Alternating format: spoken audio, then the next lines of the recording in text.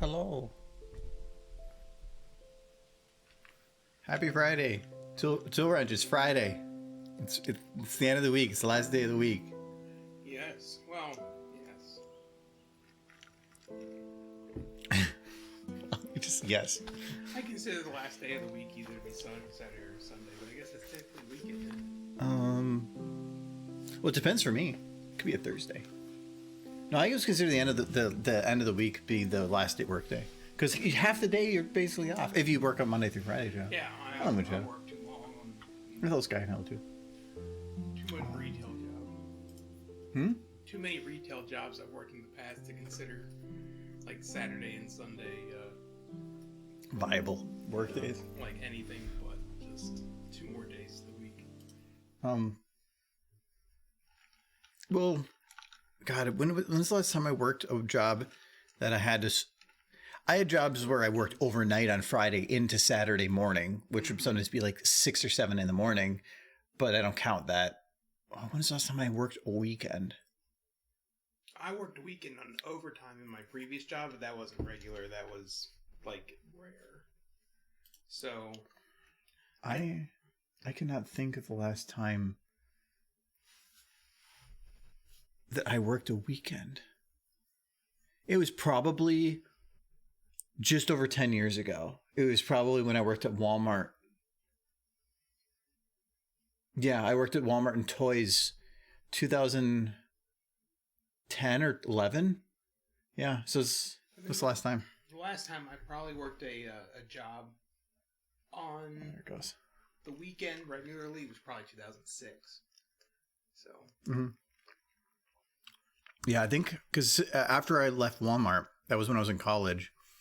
I then moved home, and my first job was back in trucking, which was always a Monday through Friday job, and that was evenings, but it wasn't overnights.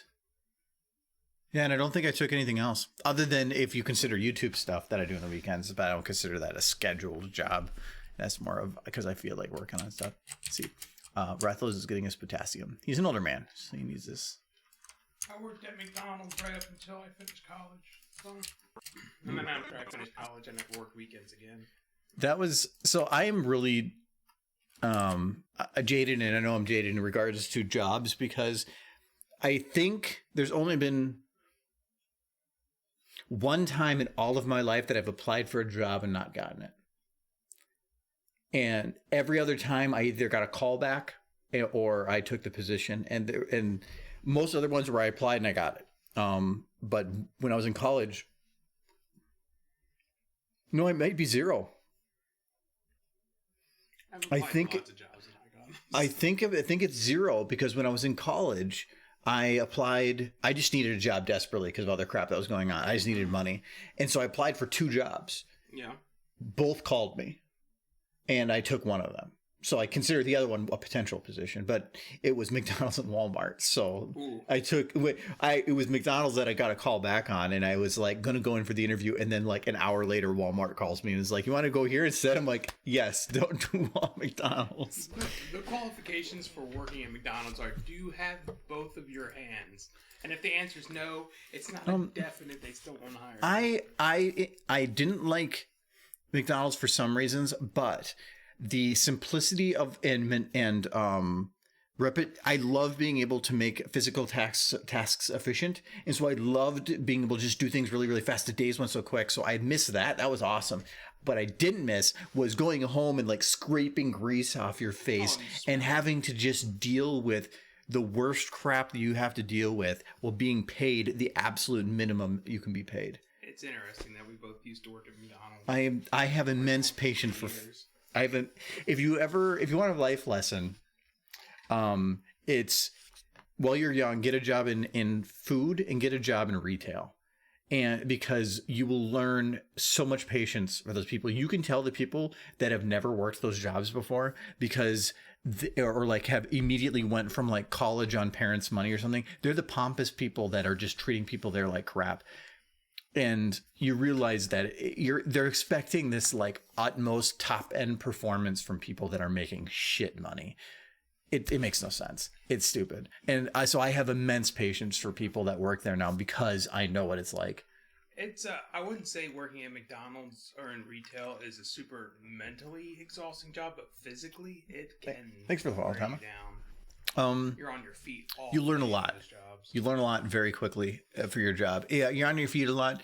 I like the free food, but I mean, who knows what it is now? That was 2003. We used That to was be allowed to McDonald's. eat anything. I gained a lot of weight. That's actually what happened to my hubby. He chose Walmart due to pay jump. He was a cart pusher.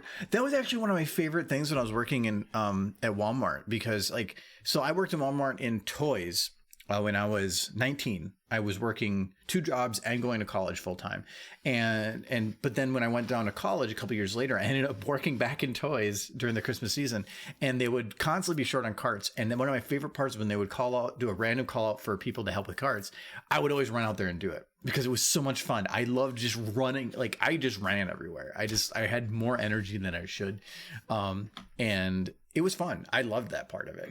But also, that was when I was not authorized to use the electronic pushers. That was what, thanks for the follow, Paula. They have the electronic pushers, and that's what normally you see at a lot of those places. And they had those, but because I was not a cart pusher, I didn't get that. It was more of, they were behind on cars and they needed more help because it was Christmas season. So I had to just go and collect them myself. But it was doing that and pushing carts in snow. And it was fun because all the cars would just slide. It was so much fun. I love that. I enjoyed that. I mean, I got paid probably $9 an hour. Yeah. At that time to do that. That's what I got pretty much when I was in retail, because I worked at Kroger's. There's apparently they're not up here, which is sad. But I worked at a Kroger's, and between Walmart and Kroger's, I did enjoy working in Kroger's more. So you come for a sneak peek in next video. McDonald's. Well, unless you're talking about whatever you said after that, which is all emojis, which I have no idea what you said there. You said tiger hype, and then eating popcorn. Not sure what that means. It's but insightful. It's poetry. This has not changed since the last stream. It's still the same drug trip for Rathalos. Our dumpster has arrived. Oh, hold on, let me choose the volume here. Actually, Our dumpster has arrived. Because I could just turn off. Let's go, girls. It took no capacity to work in retail. They gave me a knife and I put melons in the cubes. It's a job. It makes money, especially if you're not paying rent or anything. I was living in an apartment at the time. Okay, yeah, then that's rough. I was living in what do they call it? Where there's just one big room and a bathroom. What are those called? I can't remember. Studios? Studio apartment. That's what I was living in. I used to have an ex that was lived in a studio. At least hers wasn't one big room. The kitchen was at least a little separated. There was no walls between it, but it was a little bit of separation. Other than the bathroom, maybe you don't go poop in the bedroom. But, yeah. No, I've never lived in a studio. My first apartment was a 2-bedroom. I had a roommate. Yeah, money. I was hard up for money back then. That was a hard college life because they didn't have dorms at ITT. Let's go, girls. Oh yeah, dorm life. I was in you were in an apartment at least. I was not. Yeah, but I had to work to stay in that apartment. I was, the amount of room that I had there, my bed was it a twin? No, it was a single on a loft. And the amount of area between the 2 beds was as big as the bed. And we had a pompazon, not a pompazon, a couch on the one side and then a TV and stuff on the other. We moved everything so we shared our space for that stuff. And then below the bed, we had a single desk that was probably about this wide across. And that was it. It was my bed, what was under the bed, and then that desk. That was my personal space. Sharing a bedroom with what is essentially a complete stranger would be a bit much for me. I don't know. I hated it at first, but also my roommate was somebody I didn't choose. It wasn't a match. I came mid-year, so it was whoever was available, and I had the cornerback for the football team. And all he did was have girls over and alcohol and a dry campus. It was horrible. The year after that, I got paired with a guy that was very flamboyant and loved video games. So it was, his mannerisms were hilarious and he was fun. I hated him at first, but he really grew on me and it was a lot of fun. So I enjoyed that a lot. That year of college was probably one of my best years of my life. I got robbed by my first roommate in college. Well, that just sounds like a Michael. It's a story for a different day. Arrive. Let's I arrive. wonder if I should cut this a little shorter right here. And thank you, Apollo. Appreciate it. I mean, it's very rough right now. I did originally, last time I moved the map to the forest map, I realized there's a problem with that though. Right now, they are all big. Like all the characters that are in here are of a larger size or their default size. Normally when I use that forest map, I scaled everything down to fit that size. Otherwise right now he's like 3 times taller than the trees.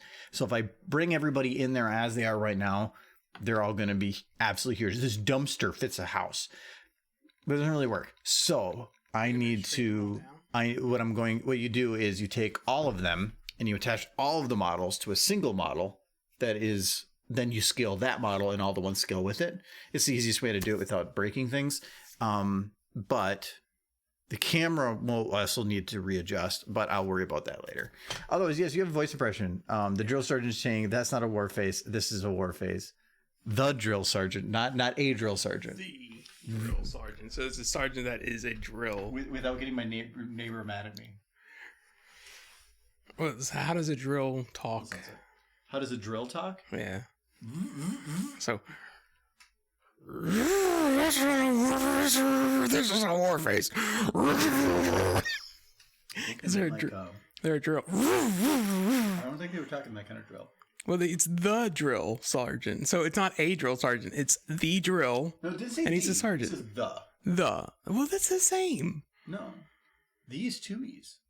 Well, like if you're going all Shakespeare-y. There's no capital D on drill. A military sergeant. There. Oh, the drill one. Fine. That's not a war face. This is a war face. He's a pirate now. He's a pirate? He's a pirate drill sergeant. Pirates can be military too. Fire the cannons, your drop and give me 20.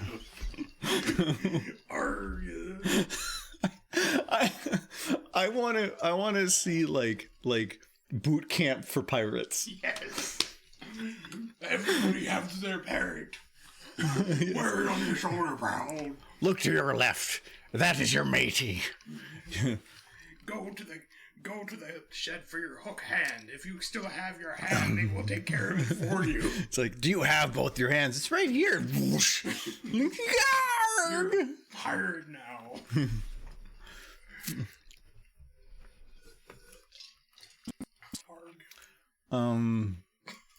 Okay, what the hell am I doing? You made me completely forget. Now I'm just thinking like pirates. Yes. Arrive. Let's go. I wonder if I should put trash in there. I keep feeling like they should be, if you're going to have a backdrop setting, it should be a city, not the forest. Why?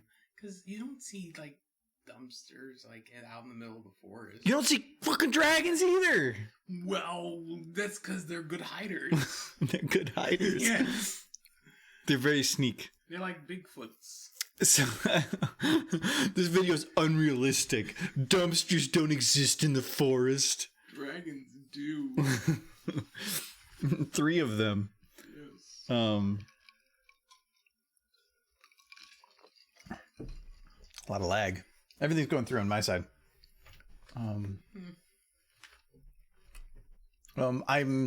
I do not click links in chat. Sorry. So I have to be careful on that. I always had a rule against it, but then like there was recently a streamer got banned because somebody linked something in chat that was explicit, and when he opened it, it showed it on stream, and because he showed it on stream, he got banned. So I do not click links unless I am very, very sure I know what it is. So sorry. I cannot take the risk. Yeah, I know, but it's still, I can't know what it is without clicking it. How you doing, Argo? Ooh woo. I was gonna answer that question until you said ooh woo. Oh, he's doing horrible now. Yeah, I'm doing pretty bad. No, I'm doing pretty good. It's the end of the week. No, I'm doing good. It's been, I mean, I had a last week off and then I had to work this week. I had my review for work in a while. That's good. But no, it's been I turned it off for the stream, but I overclocked my graphics card to the max that it can possibly do, and I actually got it up to about 10%, which is pretty cool. Before you had stability issues or heating issues? No, before it was running cool. It was my computer's. It's got good fans but bad airflow, and at least for the graphics card, it was fine. It was idling at 50, but that's only because the fan curve was set to 0 when it was idle. So it was running warmer just by default. But when it ran at full load, it was like 60s.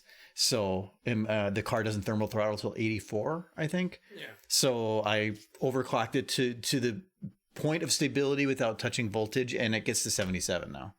So I feel like that's why cases are just going to keep getting bigger just for airflow. my case has horrible airflow.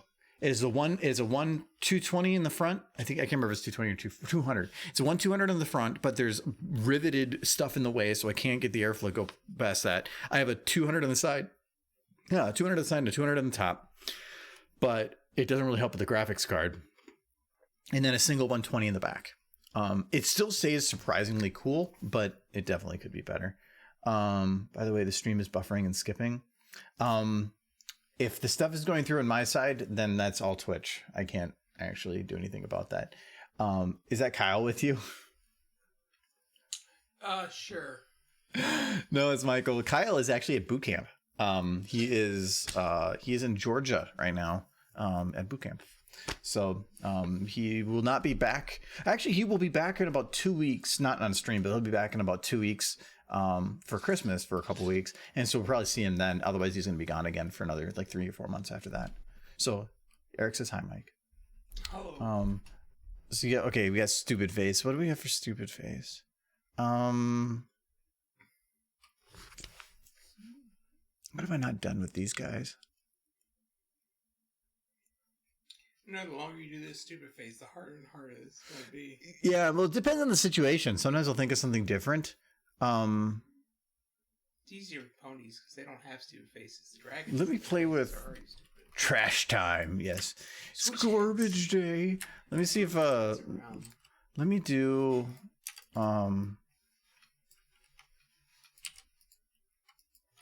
Oh, a 400-point boop. Oh, well, thank you. 3 emote shared. That's even nicer. Thank you, Soviet. Yes, that is a boop. That is your boop. You're the boop king. I do like boobs. Um, Boobs are fantastic. Oh yeah, my mouse. That's the other mouse. No, thank you very much. Well, okay, I reset the how close I can get to model, so I should be able to get a really good like unzoom. Even with that, Yeah, that's weird on its own. like that is apparently equal to the camera distance. His Yeah. face looks like a ship. Hi, matey. I can't get too close, apparently. No, that's weird. I thought I could get closer than that.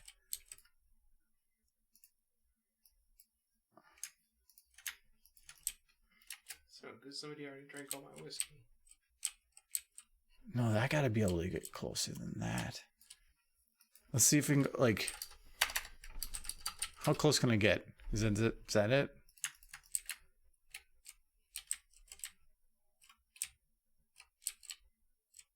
Oh, there might be a hard limit. It looks like you can get pretty close. No, this for the cutoff is not that close. I was hoping I could get closer because he's got a long nose, so it's really hard to. So that is literally the hard cutoff for almost any zoom, which is really weird. But if you think about it, so if I zoom back in to normal like distance, this is where his actual nose is compared to the camera. So it's almost right in. No, it's still a good bit in front of me. I don't know. I know what to do. We'll take his eyes. I've done this one before. Oh, they're still scaled. What is that? Oh, nope, that's why.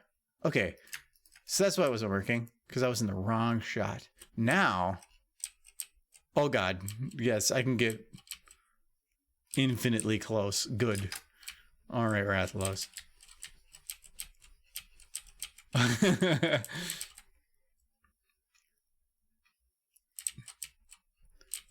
Oh, wow.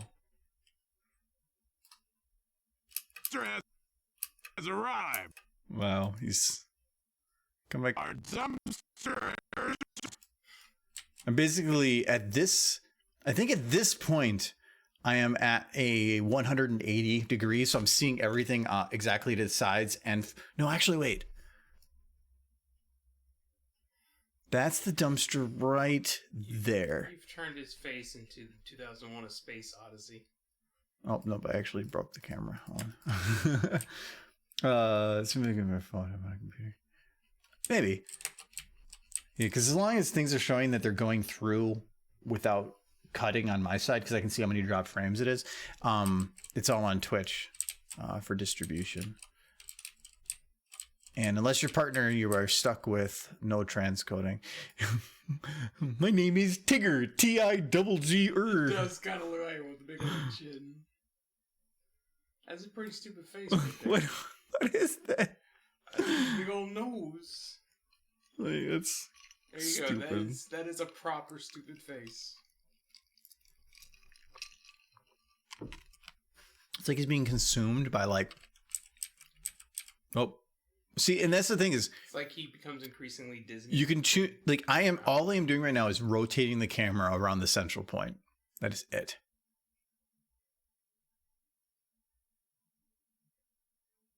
There you go. But it's like if you do this, like your brain can kind of interpret what's going on and it's fine.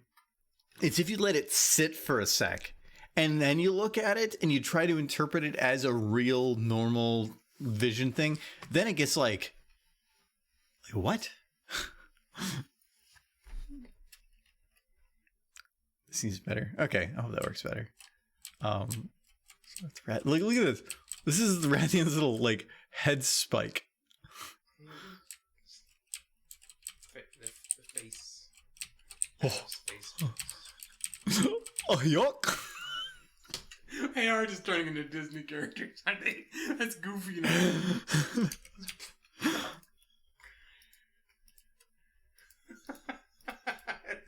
It looks so much like Goofy, it hurts. There we go. Gosh. Jeez, Mickey. Oh, gosh. Oh, yuck. It's got some like freaking fantasy hair going on too. What's this? This is what happens when you play Kingdom Hearts for too long. This is what you get. This is when the anime characters start mating with the Disney characters. This is what you end up with. Look, I'm so zoomed in that like this line is supposed to be the equivalent of 3 axes around the same circle, but it is so stretched. So this red one is pretty accurate. This green one is so stretched towards the edge, it just goes flying out that direction. This is literally like a black hole. I just imagine this is legit just Goofy who made love to like one of the summons from Final Fantasy. My name is Bahamut. Junior. Goofy's just like just staring off in the distance like We're gonna kill ya. Oh, no. I want to make him say more things, but I can't think of what to say. Oh. And probably my horrible impression of Goofy. Your impression of Goofy is actually pretty spot on. Really? Yeah. That's what makes it all the best. It's like, oh, golly gee. Mine's far worse. Because all your impressions are just your voice with like No, I went, oh. all your voices are the same. No. Yeah, probably. Optimistic about my my voice range talents. I'm trying to think what that kind of reminds me of something too. You know what that reminds me of? Like the Grinch, all the Who's in Whoville. Oh yeah, with the big old nose. But yeah, with the big noses. There you go. I mean, maybe not a spike nose. Double do re, double do re.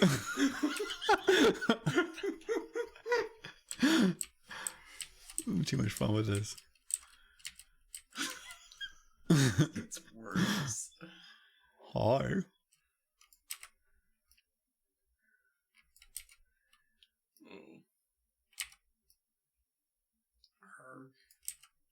Look at that underbite. It's like any small motion just... This definitely looks like a species that went extinct 1,000 years ago. This looks like Spore. Yeah. No, Spore is just filled with profanity now. I broke her jaw. Gosh. That was the big oversight on Spore. It's like, this is going to be a fun, family-friendly game. And then everybody made, like, penis monsters. Well, it was always about, like, what abomination can we make? It wasn't about, like, wow, this looks like a legit monster. It was like, look, it's got an arm coming out of its head. Yes. Oh, I remember when that game came out. There was so much hype for it, and it was so disappointing. It was cool. I never played it. But from what I saw of it, it was cool, but all the promises that it said basically were not done. Like it was a disappointment, but for the things that it did right, it did them very right. It just did so much other stuff wrong. I bought the creation kit, which was like did you pre-order? I pre-ordered. I got. Why do you have you ever pre-ordered since? Video game? Yeah. Probably not. Yeah, I would think at that point you'd be like, nope. I had the creature creation kit pre-order. and everything. I was so hyped for that game. And it was like, it's okay. Like the first 2 stages are fun. And then it continues to be fun all the way till you get to the space stage. And then the space stage is absolute garbage. There's no point in the space stage other than to just rush the center. That's like the best way to beat it. Is this not to actually play the space stage and all the stuff in it, which isn't that entertaining, but to just like rush the center.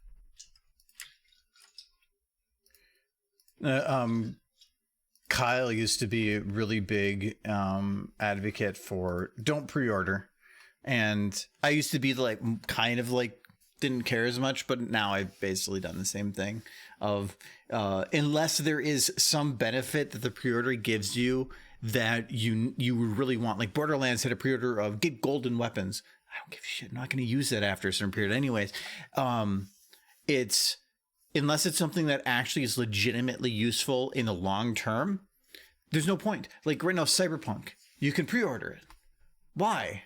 I don't really know what the hype is on that game. Why everybody's hyped about it. It's going to be a super optimized. I'm looking forward to it. I'm going to wait till I get a 30 series graphics card to play it so I can actually see most of it. But in that game, there is no benefit to pre-ordering that I know of. Yeah. So why pre-order it? Why give somebody your money before you know what it's going to be like? It's a digital thing.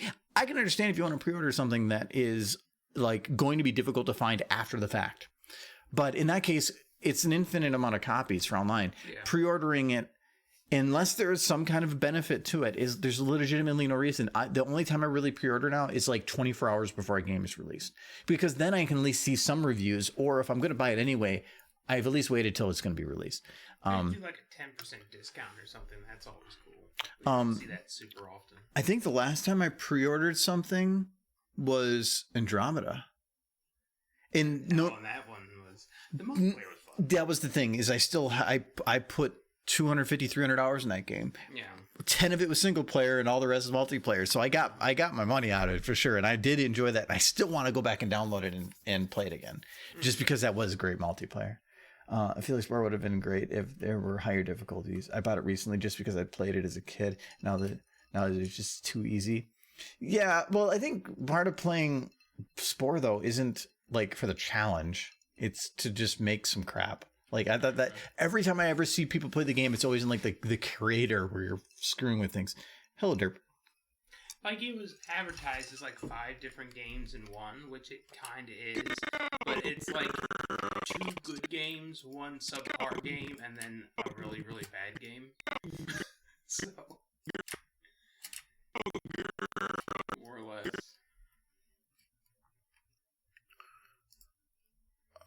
Where is your? your jaw? Oh. There's your jaw. Okay. This is probably, and actually, okay, so I was having, somebody mentioned something on Twitter. Backtrack one more step. For those that don't know, the stream that we had last Friday, the video that we made there is on YouTube now. So if you want to see the finished version of it, it is available for viewing. It is so stupid. But it was a lot of fun. I want to do that again. But there was a conversation on Twitter somebody brought up in regards to lip syncing. And like, if I were to do the lip syncing for that, it would have taken me that full 5 hours. And that lip syncing for all the bits that were added in there was about probably like 20 minutes of work. It was really quick. And it was because I have 2 different approaches to lip syncing. I have like the detailed approach, and then I basically have what Rathalos is, which is the much, much quicker approach, because Rathalos, I only added the flexes to do that more efficient approach. And so I did that with the ponies as well. And people were like, lip syncing is really good on this for how long it took. It was rushed lip syncing. So I've been considering doing a tutorial on how to do quick lip syncing. On like, if I don't know what I'm doing, and I just want to get something that looks decent without having to figure out how to utilize these 45 different flexes. How do I get a good result? And I really want to do a tutorial on how to do that. I did a tutorial on lip syncing once before, but that was on like the process and trying to make it look really good. This would be about taking a step backwards and how do I make it look presentable, which, and I brought it up many times before. The most of the work you put into something is on that polish in the end of a process. The getting a video to the point of getting the story across and the video to a complete state is really, really quick. It's the polish that takes forever. And so this is about just getting into that initial stage. So I really want to do that. And it wouldn't even be that long. It'd be easy. Like just for a quick synopsis of basically what that is, Rathalos is built right now to basically have mouth controls that are on basically, he has basically 4 different controls, but really only need 3 when you're looking from the pony perspective, or just even anyone in general. He has a little kind of an extra one. And it always comes down to open, close, lips forward and backwards, and teeth, no teeth. That's really it. If you have those controls, you can make lip syncing for anything. And for him, that's why when I made this, I have pucker and stretch, which is just about moving the lips forward and then moving the lips backwards. And he doesn't have that strong of motions because it's really hard when you're, scales. He has lips pucker and lips not pucker, which just helps with that stuff. But for a lot of other models, you really don't need that, or you can get away with not needing it. But this is the forward and backward. The jawbone is for the open and close. And then he has his teeth and no teeth. So this is just about showing the teeth out, putting the teeth in. And the main reason I had to do that for him is because his teeth are always partially out, when a normal person talking isn't going to have. So if you're saying O or I'm trying to think of other words, but more normal letters, some of them are, you don't want to have teeth showing, and other ones you do. So your E's aren't going to sound like E's if you're just having the mouth open. And you're not going to have a P or a B without the lips pushing forward. And you're not going to have any sounds unless the mouth opens. So that's main 3 ones. The lips open and close and teeth. That's it. If you can have that, you can do everything. The other pony models have an immense amount of other options to choose from. You don't need to use them. You could, if you want to add smile to it afterwards, make them in a better mood, or sad, or if you want to really start getting into the nitty gritty details, sure. But if you're just like, all I want to do is lip sync, I don't know what I'm doing otherwise, you can get away with it with little work. And so that's why it took me 20 minutes to do that, where some of the other pony models, when I'm trying to do like a Scottish accent or something and make it look legitimate, it takes me a lot longer, like 4 to 5 times longer. The lip sync on that lyre you did was pretty decent in the Rush video. Yeah, and some of those, like each individual scene probably took like 2 minutes each. It was super quick. I mean, it depends on how fast they're talking. Like the sidewise stuff. Some of the stuff that she was saying was so quick that it was just going to be hard because when lip syncing, sometimes if somebody's speaking fast enough, words are going to start overlapping. And so you have to start figuring out what the mouth would be like when you have two words crossing over, because there's no way that you can get the mouth from one position to another in one frame. So you have to do some compromises for stuff. But the nice thing is if you're doing it cheap, sometimes all it needs to do is open and close. If it's where you can make it look like it is speaking the words for 10% of the amount of work that making it look 100% accurate would take.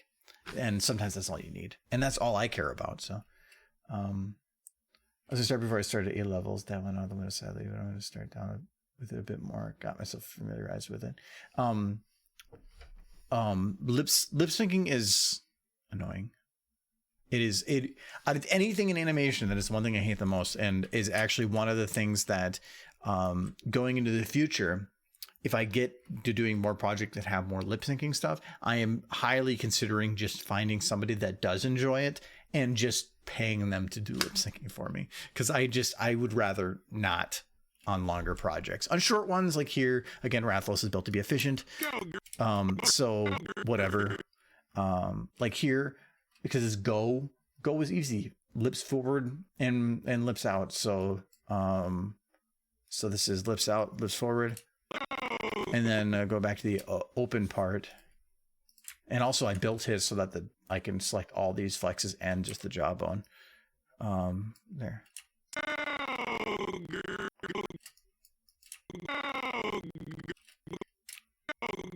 Okay, this is actually off a bit. I need to move this like here. There we go. That's better. And also he's moved to the side, so it's going to be harder. But then like right here at this part, he's go, but at the end he's like, oh, which is more teeth. So I want to have more teeth. But at the front, I want to have less teeth. And here, this is where I'm going into more detail for stuff. So the gal is going to have a jaw pulled back.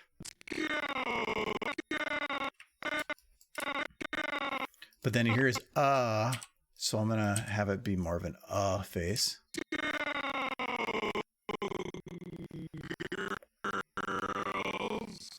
And so normally, again, I'll do the last. I'll skip the open part and I'll go to the end. Girls. So this is right here. So this is just let's do mouth pulled back. I will need a little bit of these ones.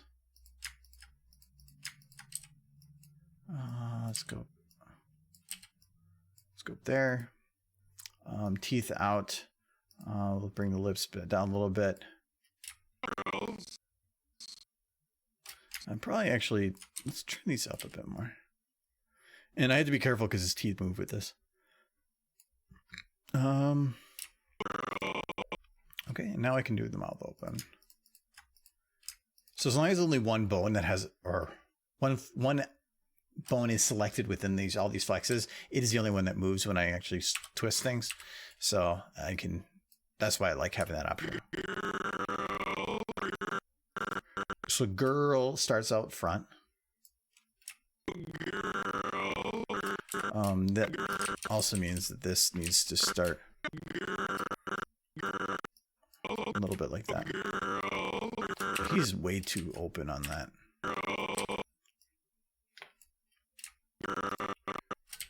And this should probably be forward. Probably even like a little bit turned down.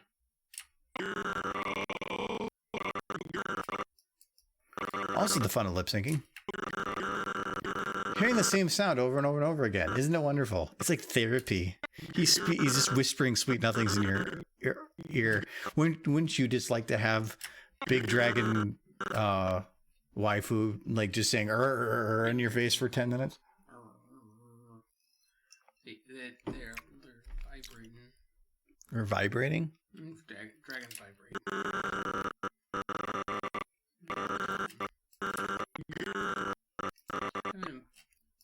I'm having which is always dangerous. Are you sure?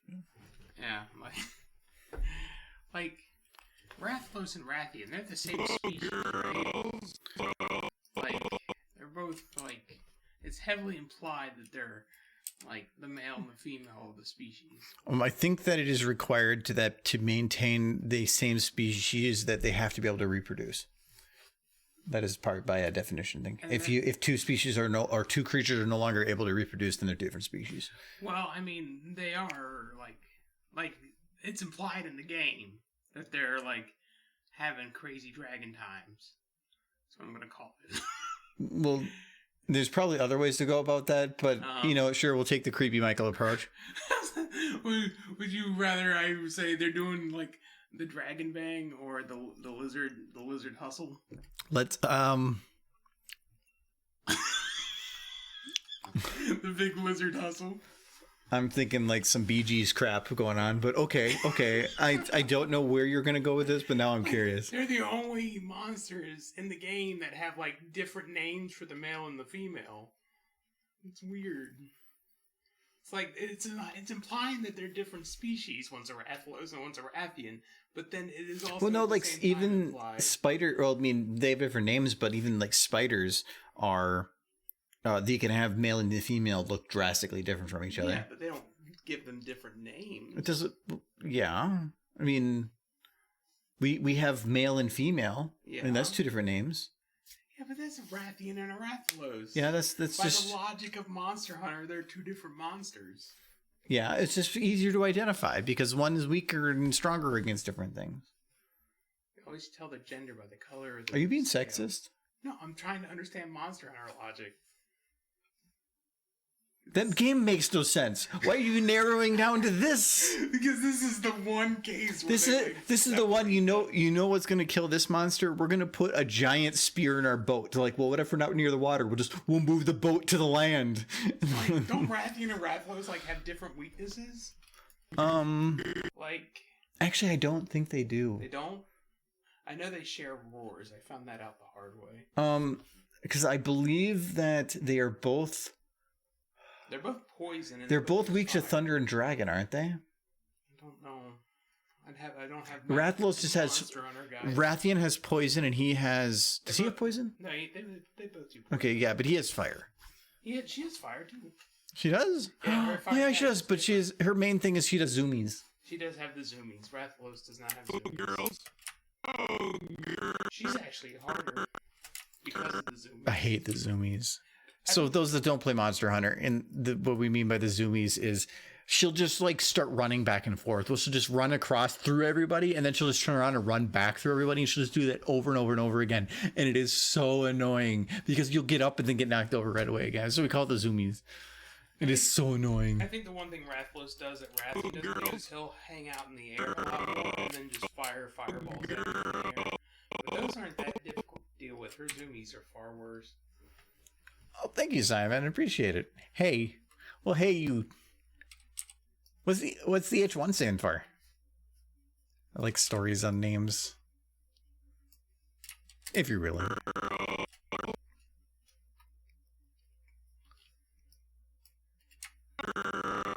Okay, I don't like that. There used to be a YouTube series called like H something.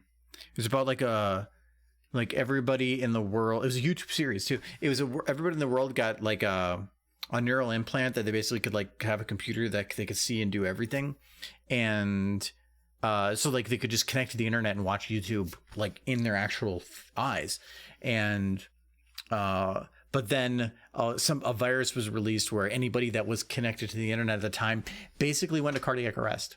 You're thinking of Wall-E? Yes. No, I'm not thinking of Wall-E. That's how that's how everyone died. No. The virus and No, it's interesting because in there, it was anybody that was connected to the internet. So the one group in the in the beginning that survived was because they were in the bottom of a parking lot. And so there was so much concrete that they didn't have a connection to the signal. But everybody else died. And one of the guys panicked and he ran towards the stairs. And before he made it to the stairs, he fell over dead. As soon as they got a connection. As soon as he got a connection, it basically told him to his heart to shut down. But they're like, but there's none of these things are supposed to have connection to this. And ended up being one of the people that was in the group was one of the developers for the original piece of this. And he's like, nothing like that should happen. And it's the whole series is about like this world where that had happened and the signal was no longer going out, but the results of the world were like 99% of everybody died. And it's interesting. Wall-E's the movie where Arnold issues. Schwarzenegger fights an alien. Yeah, different film. All right, good luck, Sunset. I can't remember. It was an actual YouTube series too. It wasn't like a TV series or anything. It was YouTube. And it was actually pretty neat. I don't think I ever saw the resolution to it. Go, girls. I think that was back when YouTube Originals was where they were trying to lock content behind the premium wall, but then that backfired because nobody was getting premium. Like I can say by like if the revenue per person viewing is equivalent to a normal person or normal amount of people viewing videos with normal ads, the amount of people with premium is like 0.5%. Or like maybe 1% of everybody on YouTube. It is super low. So if they're trying to put tons of money into content that doesn't actually net any benefit for that, I can see that not working. I think that's where the join. I think that's where the join option works, which is the Patreon version on where you can subscribe to people monetarily and you can get unlocked content and whatever directly through YouTube. I think that's the equivalent. But as far as I know, they take a larger portion than Patreon does, but at the benefit of everything's in one place. But Patreon is only like 5% or something. Patreon passes through a lot compared to like Twitch, which is 50%. And That's a percentage. yeah. So all subscriptions and all. Well, yeah, but if you have Prime, you're not paying for it. So there's that. So Twitch is 50%. And then I think YouTube ad revenue is actually like, they only take like a quarter or something. It's actually pretty decent for what you would think. Most of the ad revenue actually goes to the creator. But it depends on the ad, how long the video is. There's a whole bunch of features, the whole stuff. Hello, man. Yeah, you got pooped. I'm going to have a long day, but I'll be back. Workload. It's calm for now. Enjoy this once again. No, appreciate it. Thank you very much. Let's go, girls. Let's go, girl. That does sound like an interesting series. It was old. It was like H1N1 or something. I can't remember. I'm thinking like that other virus thing, but it was like H something. But it was probably 7 years ago. Which I think I'm looking at some of these big YouTube channels that hit like 1 million subscribers around that time and seeing the quality of content. And that was the time where I was sitting at like, because I think I hit like 200,000 about probably 4 or 5 years ago. Yeah, I wish I would have put more time into it. If I had to make the decision between an implant in my brain that would make me think that I could get absolutely anywhere at any time, like I could put myself in a completely different world entirely, but with the added fact that somebody could download a virus into my brain to cause my heart to stop. But that's I'd still go with. I don't like the idea of an implant that you can completely transport yourself to another place and be indistinguishable. I don't like that idea. I want that so much. No, I don't want that. I would never want that, because then you would have, what would the real world be? Like you. That is awful, and this doesn't have ponies in it. No, I don't want to have something that makes it so that I am unable to distinguish between two realities, because then it feels like you are stuck in Inception. Like, which is the real one? Did I log out of the real one or did I log into the real one? I don't know. And like, the real one's the one. And if that's the case, there was that old movie. It was Bruce Willis, I think it was. I saw it.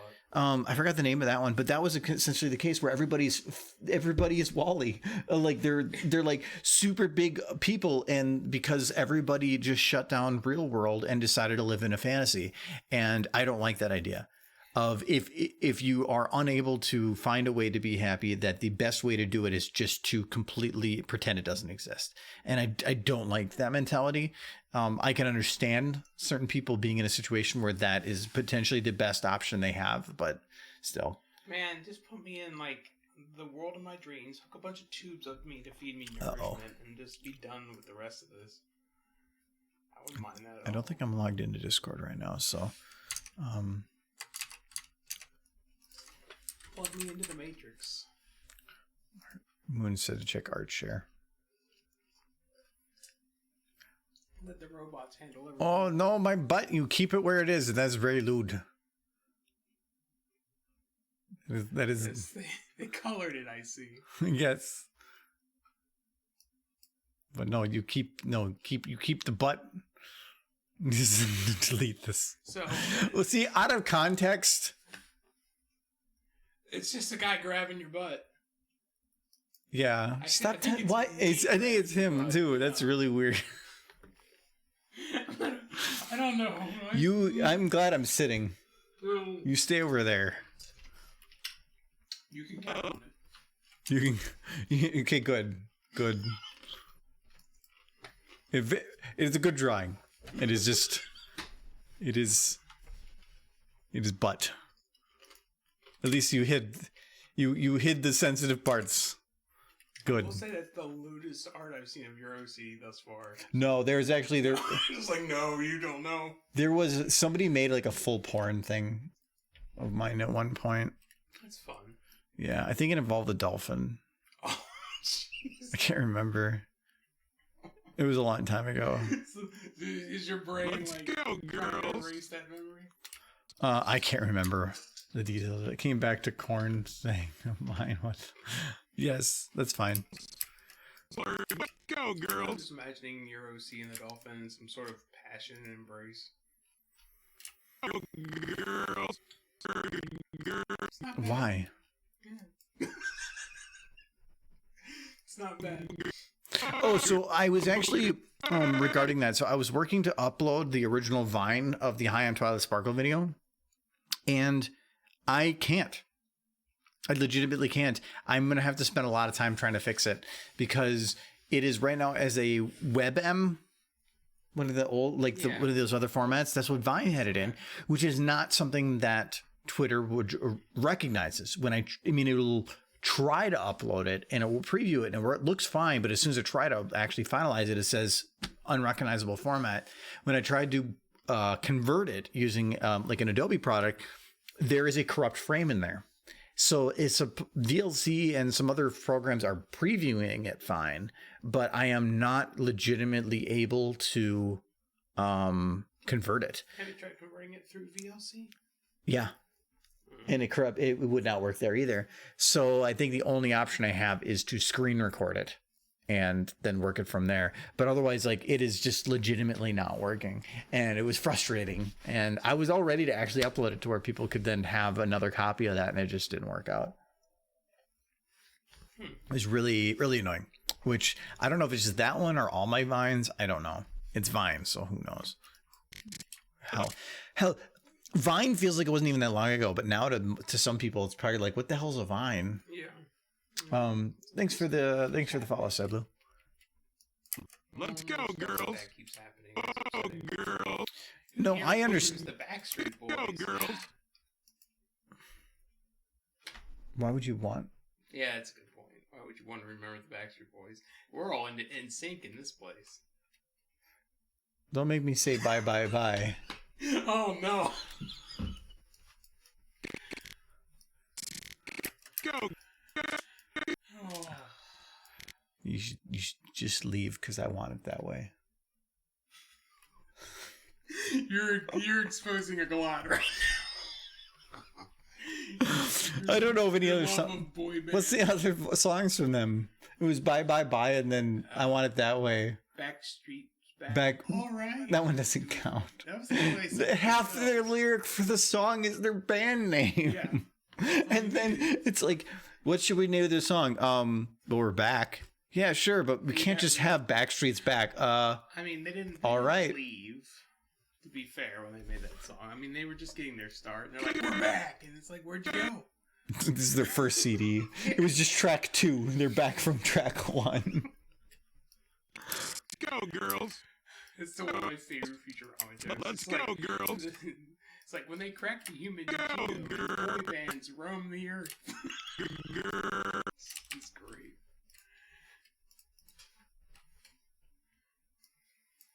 The lewd drawings are very lewd and detailed. It actually was very good. To me, drawing like I can't draw anyway, but if I ever make an attempt at drawing, it's always just a straight profile because I can't do perspective at all. Perspective is very, very hard. So you did that very, very well. It was also very lewd though. You have talent. Maybe not use it for evil. You have chosen the dark side.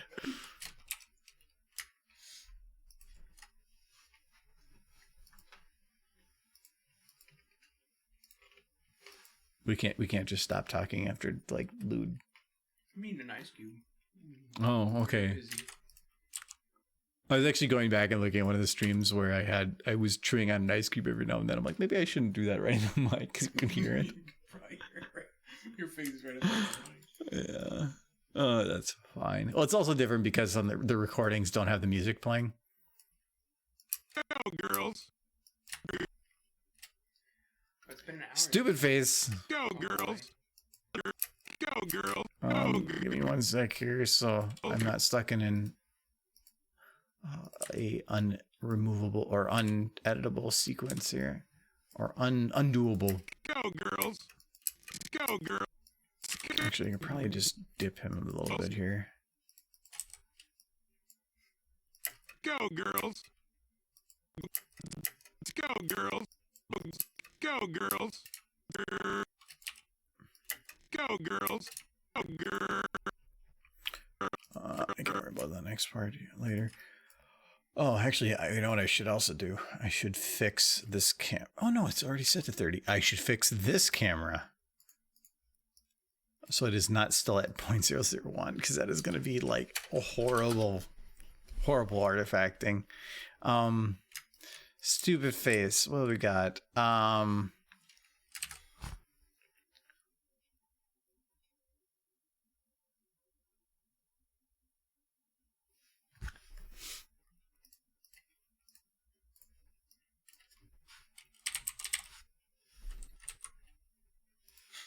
Yes. This is the best drag out of all of them now.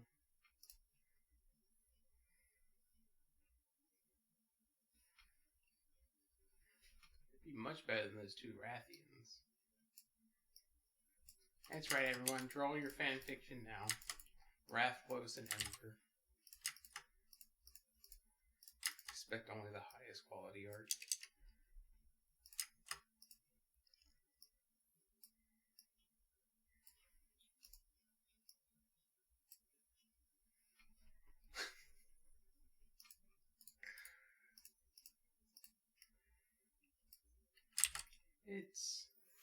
I can't actually. I'll have to just rely on. It's like the hat.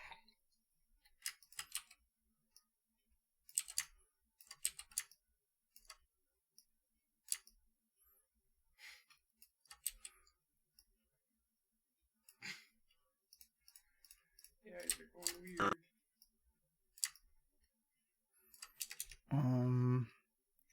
Can I scale his head through the other means? Oh, I gotta actually show this.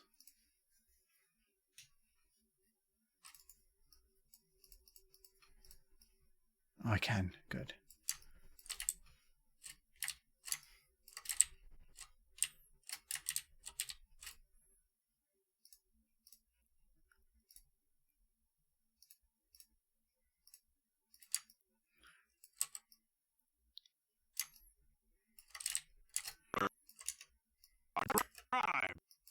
Let's go, girls.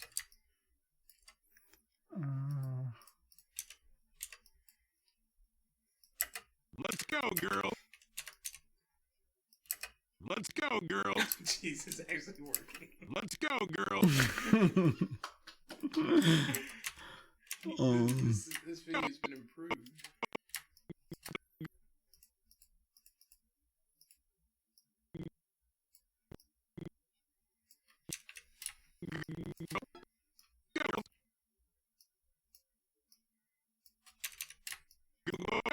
doing this really cheap.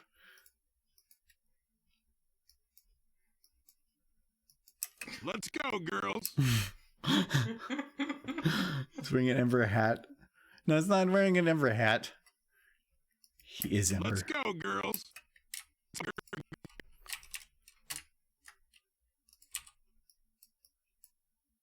Let's go, girls. You're putting way too much time into this. No, it's basically about as good as I'm gonna get it. Let's go, girls.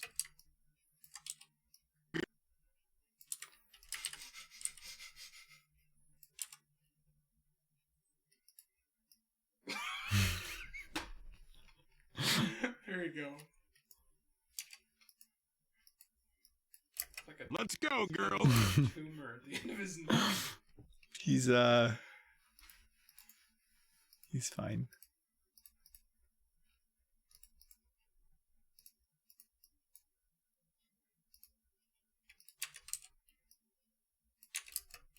Better.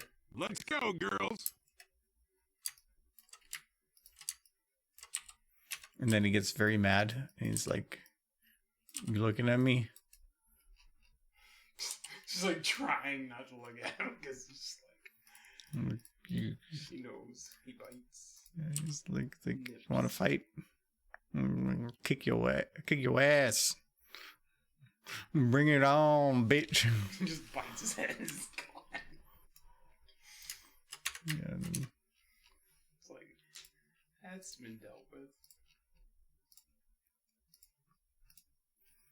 Yeah, because then she just goes. She's like, no. And then, yeah. And it's just like crunch. And that's game. That's game. That's game. Rathian wins. It just doesn't let go. What the hell's going on here? The hay. Your guess is as good as mine.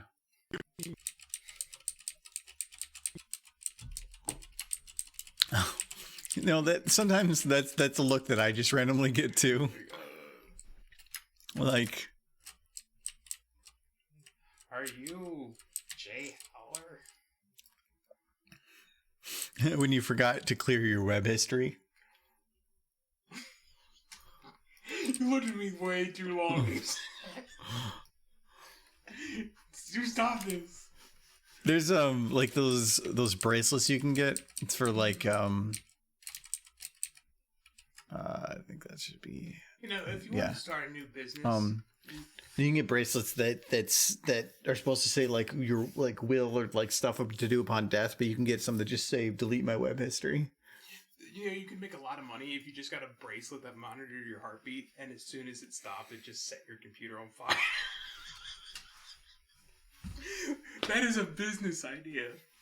It also sounds like a safety risk. Well, Like it just burns the house down and kills your family, but it's okay because you're dead. not set it on fire so much as find some way to like smash it into a pulp or like Because you can't just have it delete data because you could just disconnect it before you kill the need to person. Destroy the hard drive. But it would need energy, so you'd have to have a battery backup for it. But it'd be so easy to disconnect it. You'd have to have it like locked into some safe with like a USB port. Do they have those safes with USB ports? Like you can put your computer in the safe. Yes, maybe. I would think cooling would be a problem. Tinyhead Rathless is the best. Yeah, he is a bro. And actually, I could make him talk like that.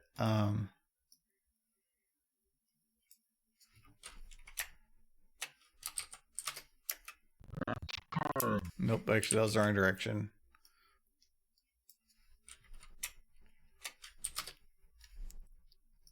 Let's go, girls.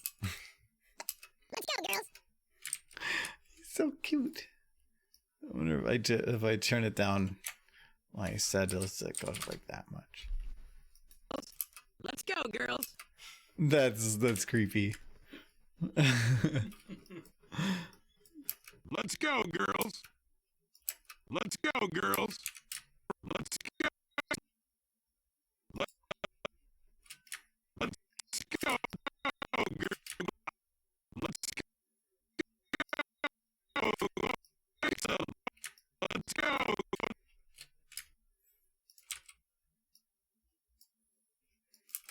Let's go.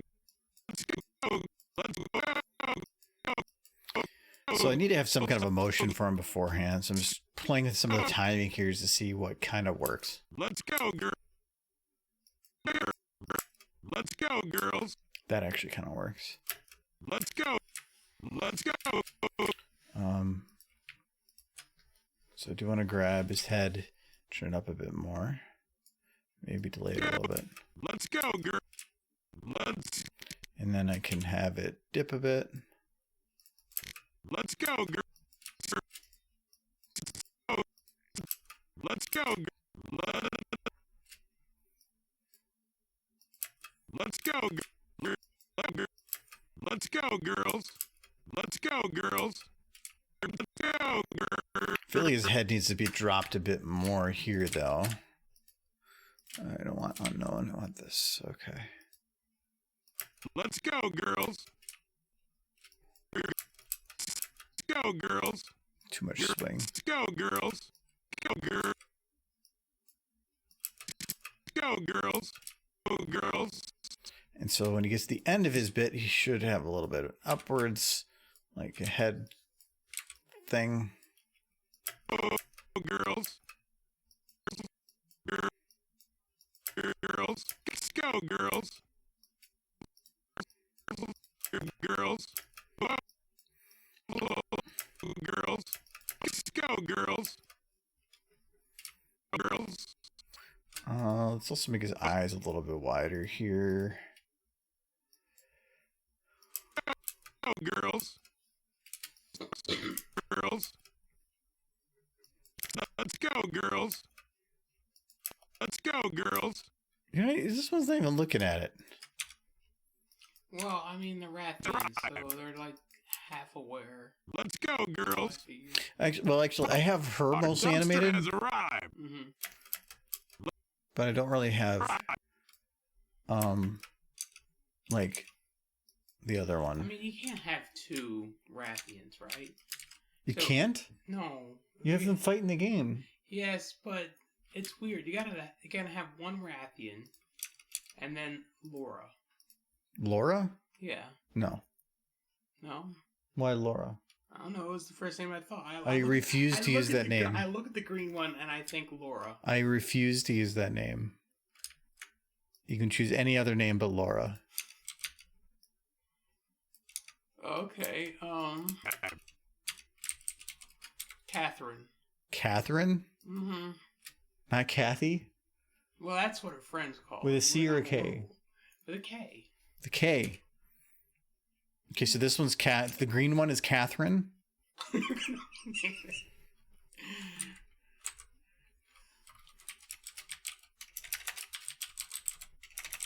Okay. All right. So, what about the pink one? Well, that's Rathian. No, this one. Okay, chat gets the name of the pink one. What do you want the name of the pink Rathian to be? I really don't care. It's gonna be whatever the first answer is.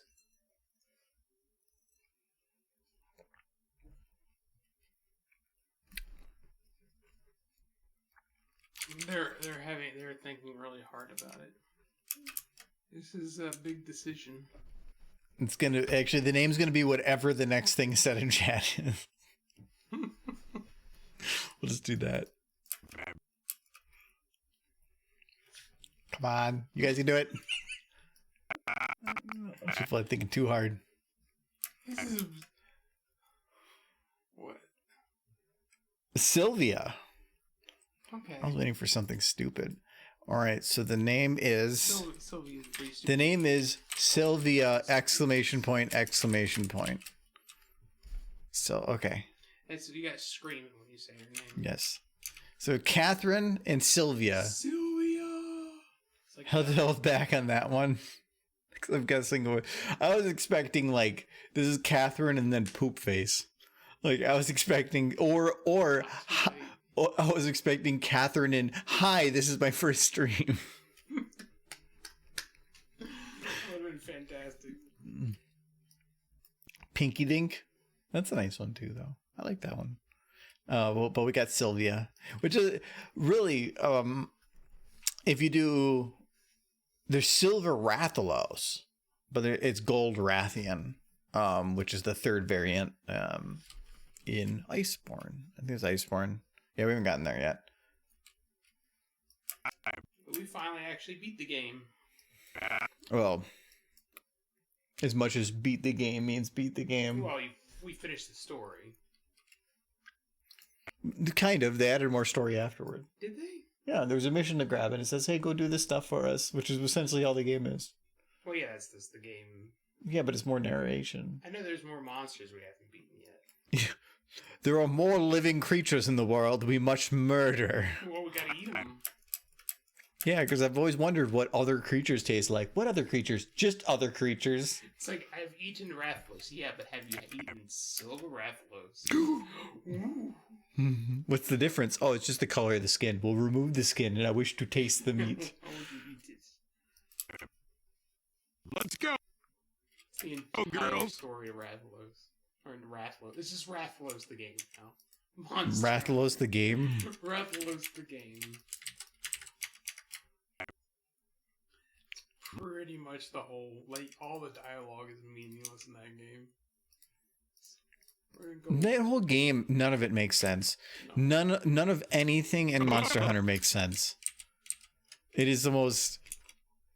The story is horrible, but it is a fun game. It is a greatly fun game. Come up to me and you're like, I played Monster Hunter for the story. I'm gonna immediately assume you've never played Monster Hunter. But like the whole thing is like, you're traveling to a new world. What are you doing there? Research. Okay, great. So how's that research going? I've killed everything. Like, for research? I guess. And then people are like, we need to expand the Cantino. Why? Because overindulgence. And then like they're like, but there's this big thing and he's doing bad things. They're like, what kind of bad things? Somebody said they're bad things, so like apparently they're bad. We must stop this. And so you go to stop this big creature that is like absolutely, I mean, you're walking on his back. And you decide like, this guy is a mountain. How should we block him? Put up a fence. And so they put up a fence. And it stops him, apparently. It's because he can walk at a normal speed, but he can't lift his arm at a normal speed. So you repel him so that he can go die elsewhere. And then you're like, yay, success. And then a bunch of old guys show up and they're like, hey, we're going to screw with things. And so then you go and kill them. I don't know why. They don't really tell you why, but apparently they need to die because you need shiny armor.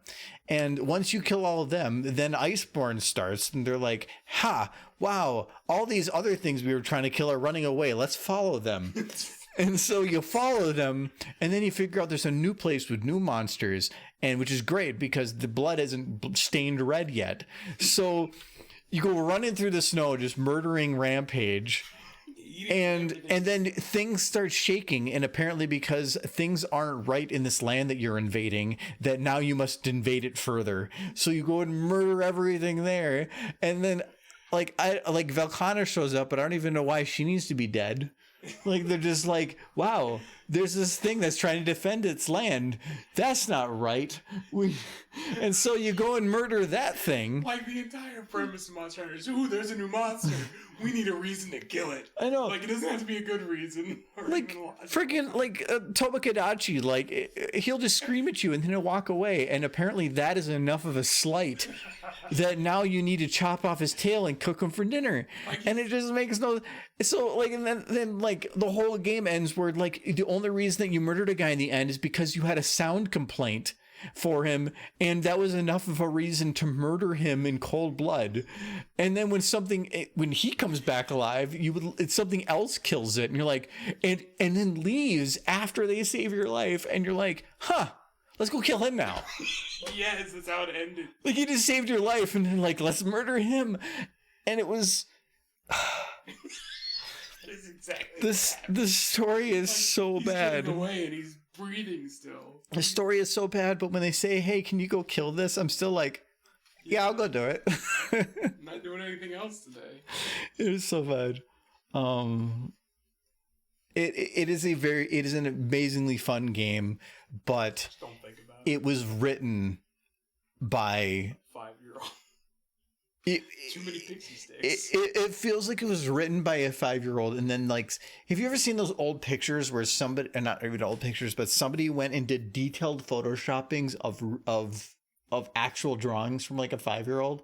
Mm-hmm. So they edited all the pictures to make it look like all just like the 5-year-old drew it. It is super creepy, and that is Monster Hunter. That is all Monster Hunter is. The story for Monster Hunter never really changes. Let's go, girls. You fight a new monster, and while fighting that monster, you discover another monster, and then that's the next monster you gotta kill, and when you're killing that monster, they discover another monster, and that's the whole Go, girls. But it is fun. It is fun. Girls. As long as you like turn it onto a language you can't understand. It is though Dragonator, like the commander screaming that is pretty great. And in the next Monster Hunter movie, it was confirmed that the commander, which is this white-haired old guy that just screams a lot, is being played by Ron Perlman, which is fantastic. That makes the movie for me. I can't believe they're turning that game into a movie. Girls. It still blows my mind. Girls. Like, of all the good narratives in all video games, they picked that. Yeah, which really, now that I think about it, I was originally like going to be disappointed that they're going to be releasing a Monster Hunter movie with a bad story. And now that I think about it, they can't do any worse than the They game. can't do anything, so nobody's going to be disappointed. Right? All it is as long as all the story involves like beating the crap out of monsters, that's just actually, if anything, if the narration is bad, that means that they followed to the original story as close as they could. Yeah. So I'm fine. They gotta have someone who follows Let's you go, around girls. and everyone hates them, but nobody Let's says anything. go. Someone who's essentially just a handler. It's just like, who is this? Why is she here? What it's gonna do is depose floating 5 seconds of animation.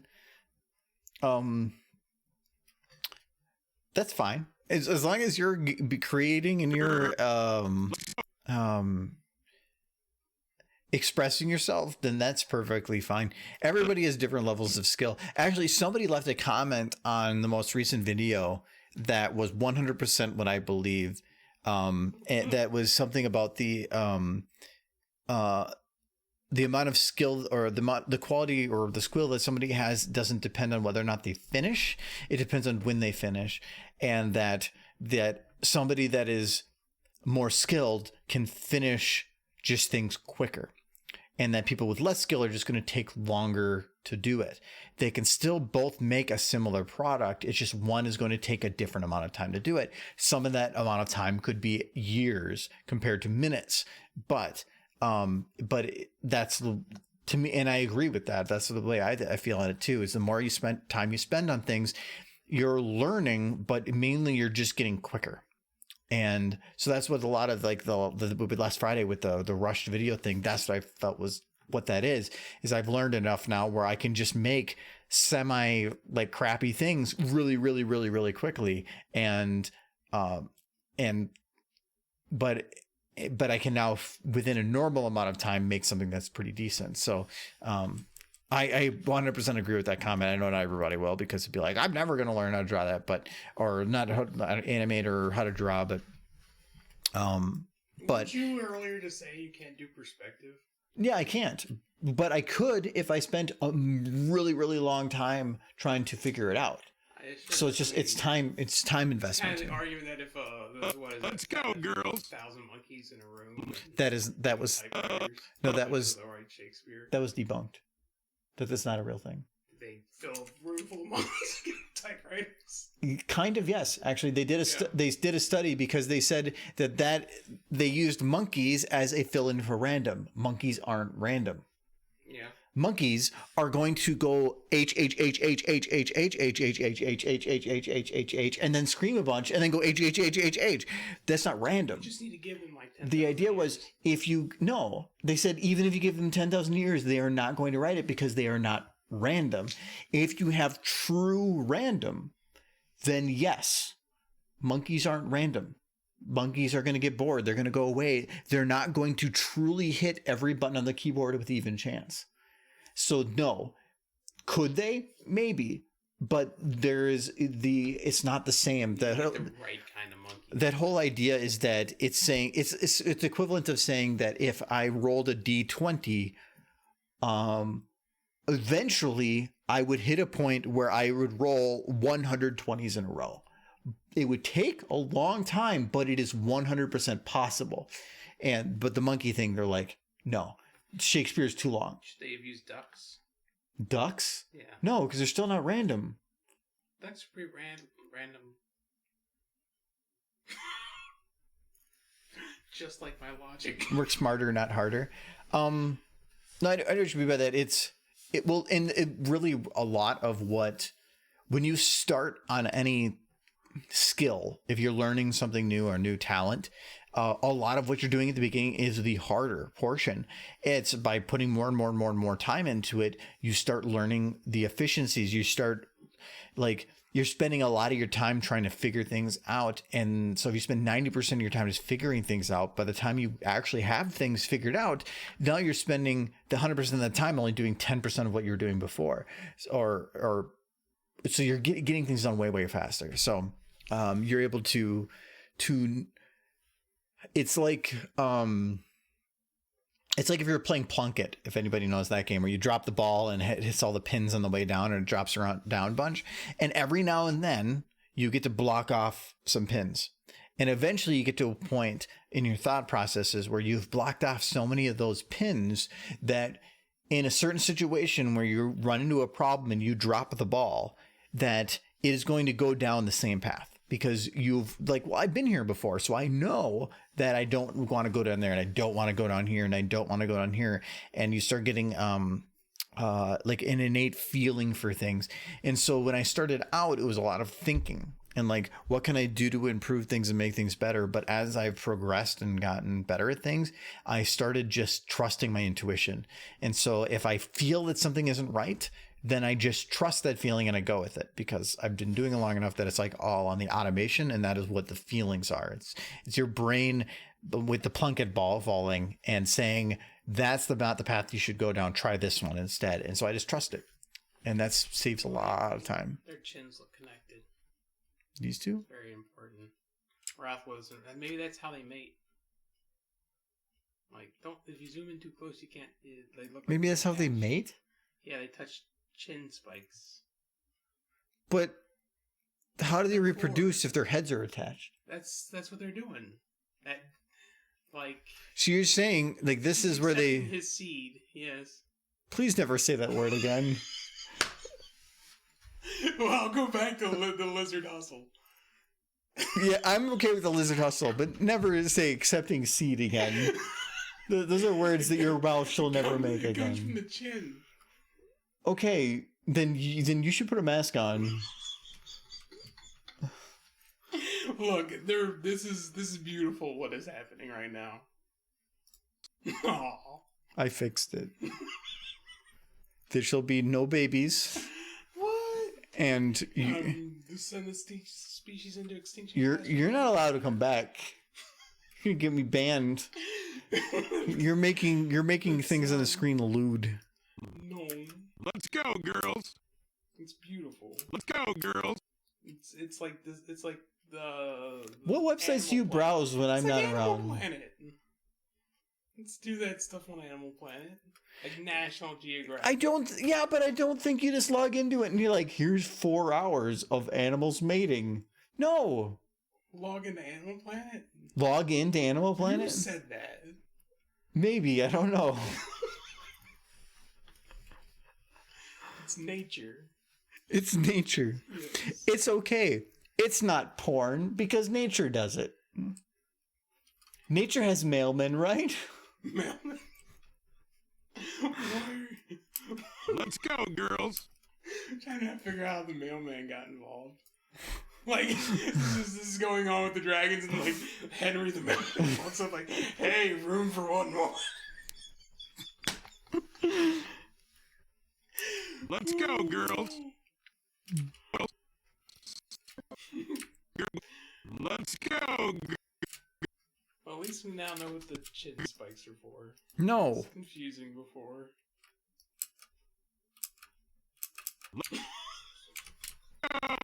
No, you shut up. No, you're not allowed to make noise anymore.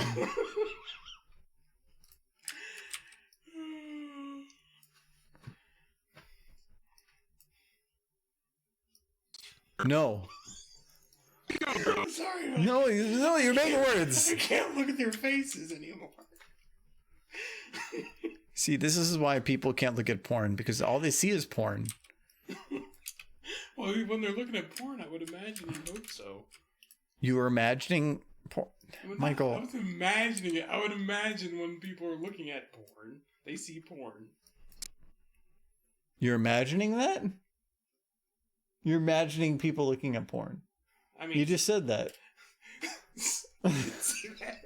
Those were the words coming out of my mouth, weren't they? Yeah, that's what you said. Go, girls.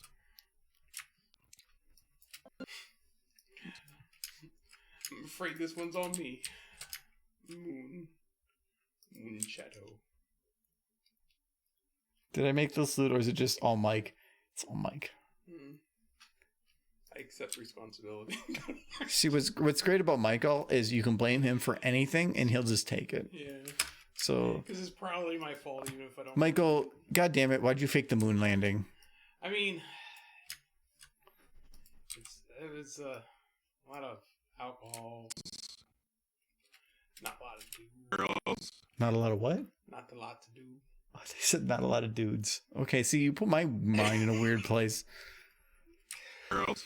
There weren't enough dudes, so we had to Let's do go, a moon girls. landing. That's how it goes. Let's go.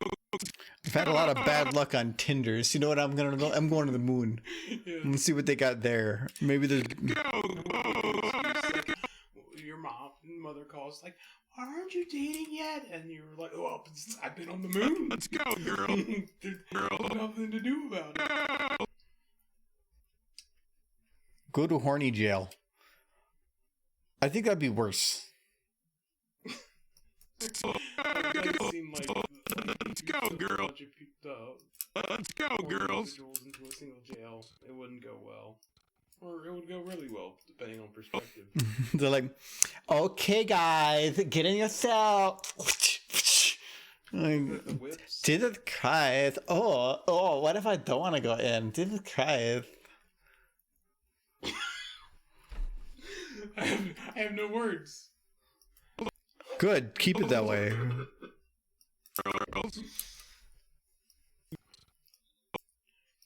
Oh my goodness. Girls.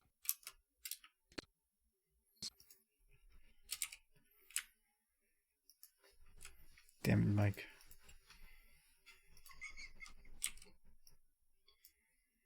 Girls.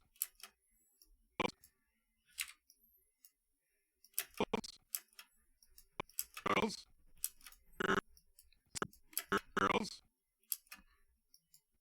Girls. I'm not sure of the timing on this. I'm just kind of trying out a couple things. Girls. Looks pretty good. It's like 1,000 points for a stupid face. Kind of running out of ideas for stupid faces on these. I gotta make them more expensive. I really want to have them blink because I have so many consistent shots on them, but I really can't.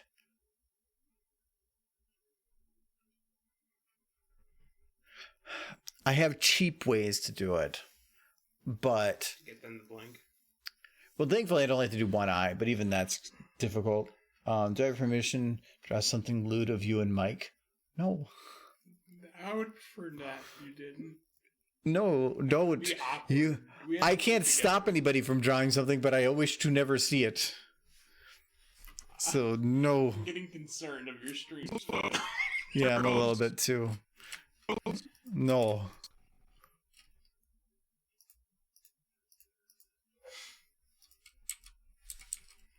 Just because Michael is being weird doesn't mean everybody else should. Girls. It is the internet. Girls. It is the world, yes. So weird. Hey, if you want to make money making content online, lewd stuff is the way to go. Yeah, that's the saying is sex sells, isn't it? Yeah. The The world is full of Girls. horny people, which is good because it preserves the species.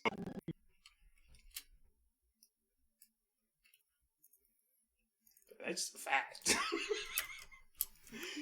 Go, girls.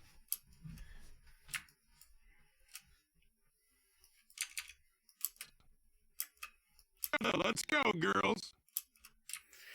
It really bugs me. I can't.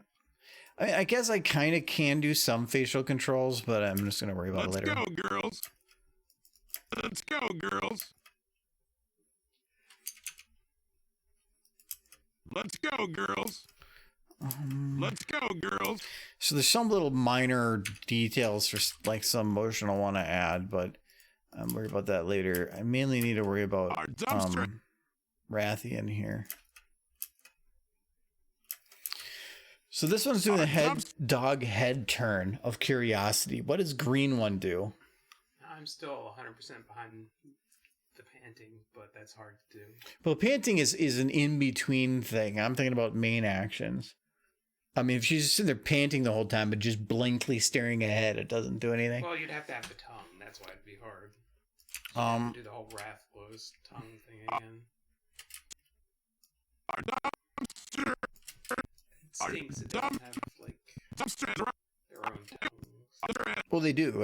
I haven't added the same flexes and controls that he has. Yeah. I'm thinking I should probably have her churn to look at him.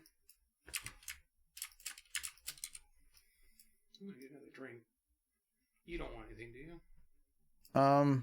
I I could attempt to mix you a drink with your soda and whiskey. I probably got to use the restroom in a minute too, because I drank a bunch of water beforehand too. But I'm afraid to walk away from the computer for a minute. I don't know where your thing to load in models is at. So. That's why I'm worried about things. Because you're probably going to be like, load in lewd. Be like Why is all the lewd not loading? like two derpies, one sock. They got fight over that sock. Oh, I'm imagining two derpies like acting like dogs and they got a sock and it's adorable. Our dumpster has arrived. My version of two derpies, one sock is very innocent and cute. How about a what the fuck look? Well, a what the fuck look usually means that there is some kind of an intelligence involved, and Rathians I am trying to treat as dogs, which I saw, and not as meaning low intelligence, but a lack of understanding. So in this case, it's the green Rathian's idea is to be dog. Pink Rathian, I'm not sure on. I haven't decided if I want to, like, in this case, I probably won't need to, but if I ever use Pink Rathian in the future, is it going to be bark? Is it going to be meow? Is it going to be something different? I don't know. Quack. Maybe. She could be a pirate. No, Derpy's a pirate. Arg. Yeah, because me matey, I steal electricity. Arg, I need to get all of them. Our dumpster. So I need, because of her positioning, I need to actually move her a little bit further away so that her head can actually turn to look at him without like stabbing his face with the chin spike. And the eye is already at basically its turn limit. I can't turn it anymore without making it look kind of like invisible. So I need to, this is about the best I'm going to do. I might be able to turn it up a little bit. Yeah. The dumpster has arrived. And I can keep it turned through here. Our dumpster has arrived. Into here, so then she can turn to look at that point. Wish they had ears. Let's get ears perked look. Kind of. So these models actually do have a little bit. But it is there's multiple levels to animation I have, and this is basically, it would be a last step animation. And there is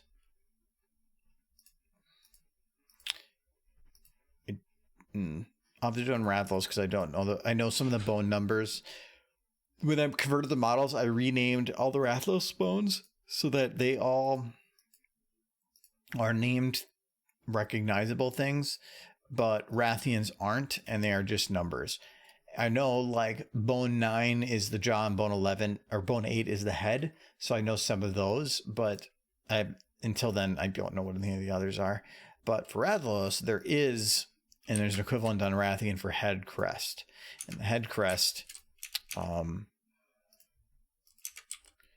does allow somewhat control of the head. It's not really ears type thing, but I have utilized this to where if he's surprised or exclaiming something, or depending on what he's just saying, if it makes sense, I'll have it go forward, and if it's more sympathetic, sad, or whatever, I'll have it go backwards. So I do have somewhat of an option for that. Thanks for the follow, Russ. But yeah, I do use that. So anytime he's moving forward for some kind of a speech thing, I'll have his head crest go up. And if he's moving backwards for something, I'll have it move down. And it's not as much for emotion or any of that stuff. It's mainly just because the more things that are moving, the more they feel alive. So it's like having hair moved to keep things looking fluid type thing. Let's go, girls. Might cut that a little earlier. I'm gonna probably move that to like here.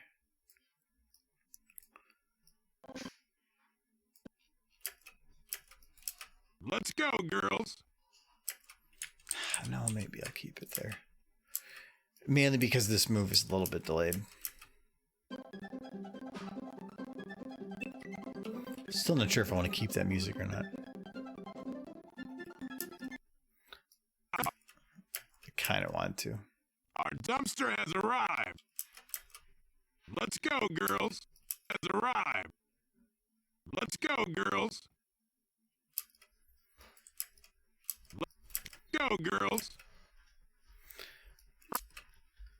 Our dumpster has arrived. Give a whole glass. Yeah. Okay. I'm gonna go use the restroom. I'm just gonna sit here and just talk to your chat about the importance of bees. Bees are a very important insect. Okay. That's fine. Very much bees. So bees, they like smoke. Why are you looking over the monitor at me? I'm not. I'm looking at the monitor, talking to the chat. Uh-huh.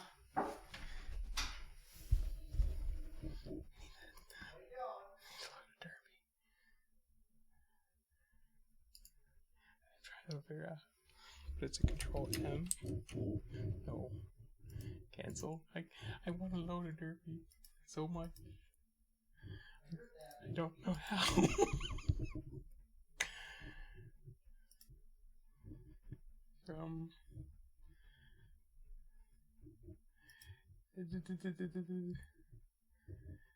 He's got everything weird.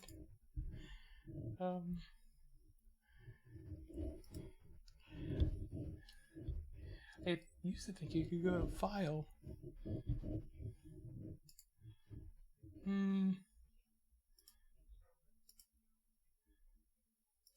I will learn this program one day.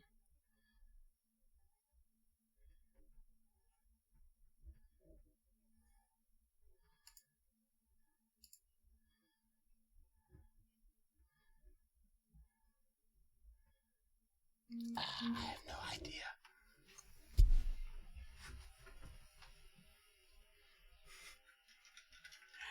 I have no plans because he's got everything weird.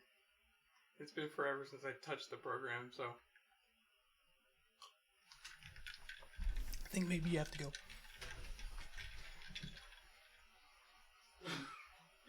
Kids is hiding behind the glass. What did you do? I didn't do anything because I haven't touched Source Filmmaker in a very long time. You have what? I haven't touched Source Filmmaker in a very long time, so my brain was too slow to remember how to do things. Uh-huh. Use your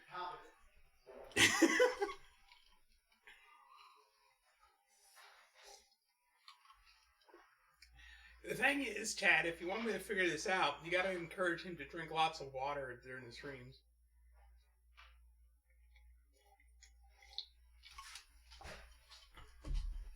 I'm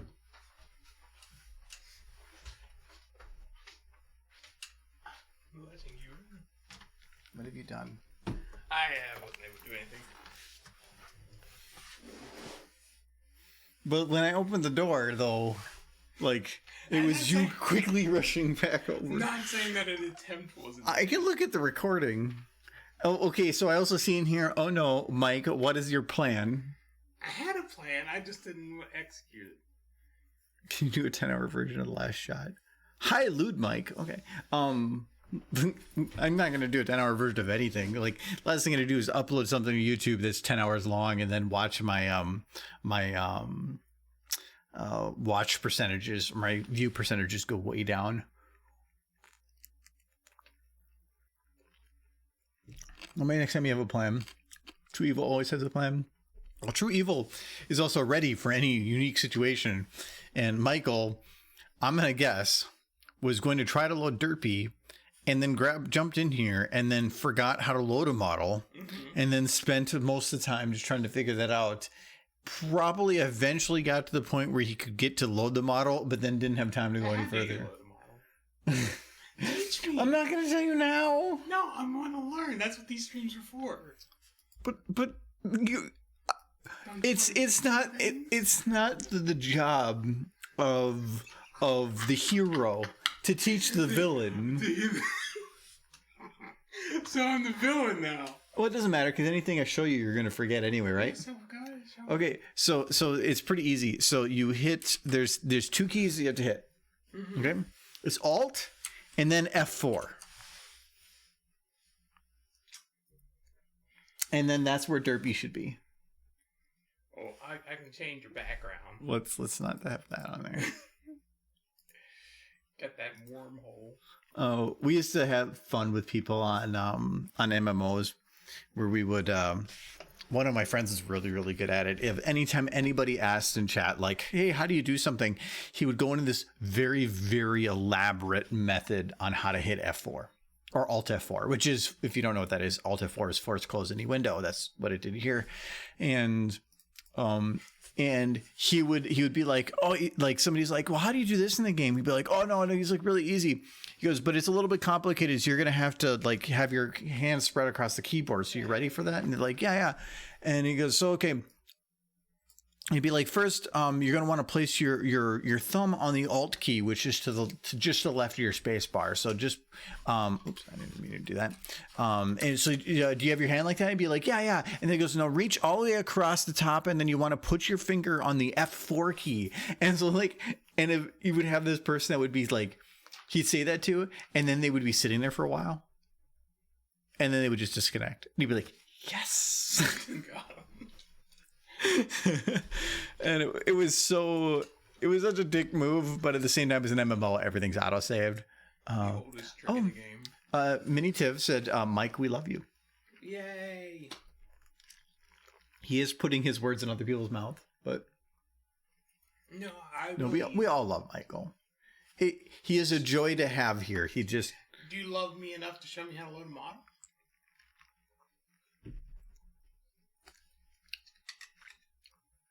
Okay, so step 0 of using SFM. I mean, if we really should go back to that point. So first, go onto Steam and install SFM. Done. Otherwise, you can either right-click in the background here or select from this gear. No, you can't select from the gear. I thought you could. You right-click and you go create an animation set for new model. That's all I needed. Yep. And so you select that. And then you type in the thing you want. So we can type in best pony here, like there. What, I mean, this is... What do you get if you... This is a little bit of a different Rainbow Dash. Got chest hair. There is a story why she has chest hair and a backwards wing. But it is a long story. It is not a long story, but it's a story. It's a really good model. It's a pretty low poly. So this by looking at the name of the model, it's just Rainbow Dash.mdl, which means it is a KP Shadow Squirrel model. All the models that came after that were the NACA models, which were the version NACA VN models.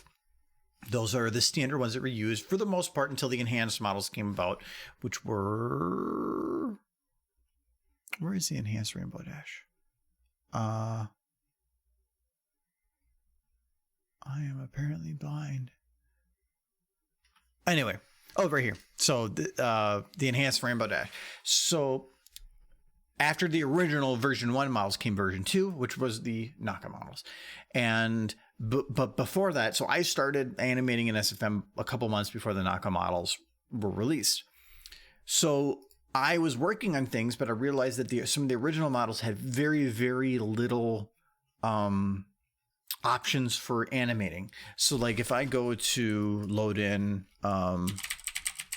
Fluttershy here. So this is a version NACA Fluttershy, or not version NACA, version KB Shadow Squirrel. So the original one, and all the NACA ones use these as a base. If it wasn't for KB Shadow Squirrel, none of these models from NACA or anything would exist. So thankfully, they put that effort in. But you can see even right here, the poly count.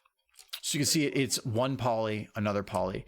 It is very, very low poly count. Like you can see some of the SSAO is a little confused on some of these corners and is leading to this very, very bad shading. The overall, for when it was made, it was actually pretty decent. It was pretty good, but it had some limitations. Namely, if I don't even have some of this stuff mapped anymore. Like sour is a mouth thing.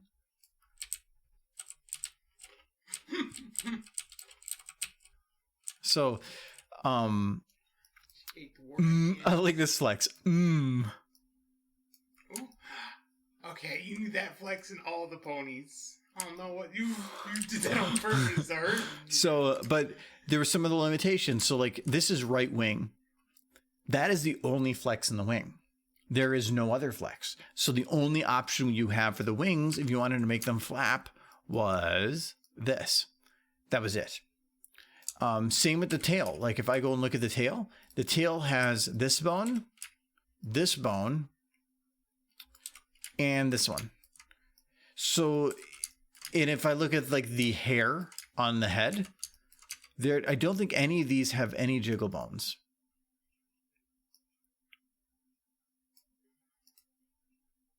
Yeah, none of these have any jiggle bones. So the hair, other than that tail bit, has no bones. And I had some issues with that, mainly with, if you go and look at,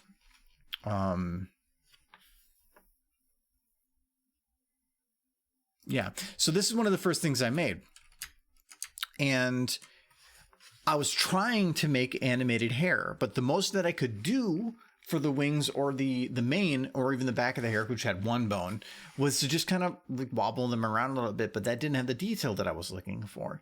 So while I was starting out, I was like, well, can I add options to this? Well, I have no idea what I was doing. So I still think that was one of the very first pieces of pony art I ever saw. It was very early on when I saw that, when I got into the fandom. Well, it was because of that I really wanted to add some of the extra options to the ponies. So I was trying to figure out in the software, well, how do I do that?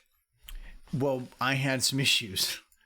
And so this is her mane. That's a copy of it moved down here. And so it was just, I was trying to add bones myself. And I just didn't know what I was doing in Blender. And there was a lot of issues and I was running into a lot of issues, but it was while I was working on that, the NACA models were released. And I didn't need to worry about that anymore because he put all the testing into it. So the bits that I was trying to add options to were the front mane. The tail I didn't care as much about. It had bones. Whatever. It worked. But it was that and the wings. So those are why those are messed up, is because I had no idea what I was doing. And it was just some of it was blinking weird when I did it. And since the VN models came out, I had no reason to go back to the old ones. So that's why it looks weird. This is like Rainbow Dash when she was going through like some pharmaceutical trials she was putting through. It's like, here, take this pill and see what happens. And then her wings just backwards and chest hair grows out her chest. Like, It's not even in her chest. It's hovering. Yeah, so anytime you load the Rainbow Dash model, I just left it like that because what's the point of fixing it? So anytime I go to type in Rainbow Dash, this is the first thing that comes up, and that is why. I was trying to improve the models, but somebody else put way more work into it than I ever would have. So I just let them do their thing. So yeah, that is the story as to why Rainbow Dash has chest hair. Also, I was trying to remove eye limitations, which is also which I did figure out. So that's why the eyes kind of go in the back of the head compared to like this one where they stop. But I love that option. And we actually went over that in the last Friday at the stream with having the eyes go into the negative range is very useful because in this case, they go back pretty far, but some of these other ones, I don't know if it's the enhanced, maybe even these ones, maybe, but a lot of them, they won't. No, actually, you know what? I think these ones kind of have some limitation in place because even they shouldn't go back that far. So like, if you see how far back it goes right there, if I actually load her in and I then tell the eyes to go back that far, this is literally the farthest back I can put them on this side. And normally that's kind of fine, but if you're looking from this angle from a profile, there are times where even in the show they have the eye all the way on the backside for looking behind them. Yeah, it doesn't really make sense from a front on perspective to be able to have them do that, but if you can't see the first eye, it actually does make sense. If you can see both, no, it doesn't. So I like having that unlock, but it does make other things slightly more difficult. Not more difficult, but it requires like an extra step for double checking. Because if I have the eyes going to some extreme angles and you can see both eyes, then I have to start increasing the convergence, which is this bone right here, which brings them together, pushes them apart. You have to start playing with that number so to bring that into a more reasonable ratio, I guess. But I like having the option. So a lot of what these blocks are doing is they're making it so that everything looks better. Which is sound like, but I can't say. Okay, well, goodbye, Alias.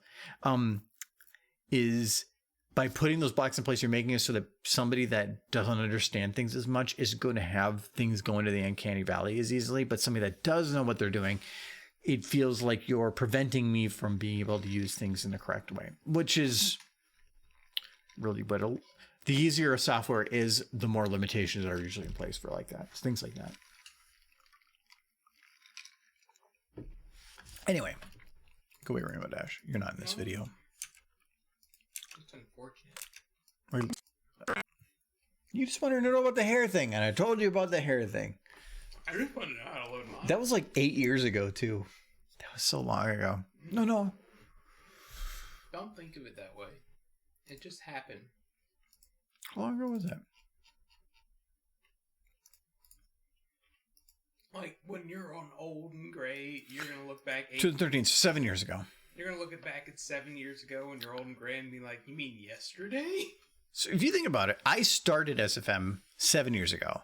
I made Remembrance 5 years ago. Yeah. It was 2 years in and I made Remembrance. I met you when you released it.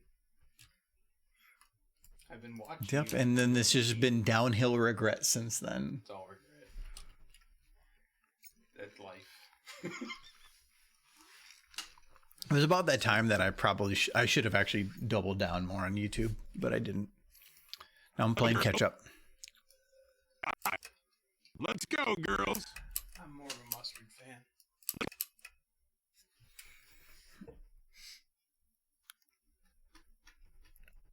You make me hurt on the inside.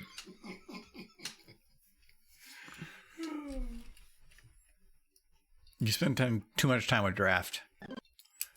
Yeah, that's true. Our dumpster has arrived.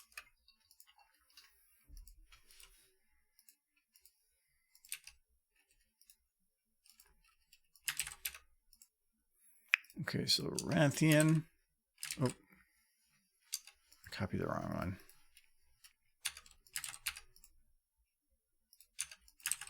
Okay. Five. Okay, so Rathian needs to turn back to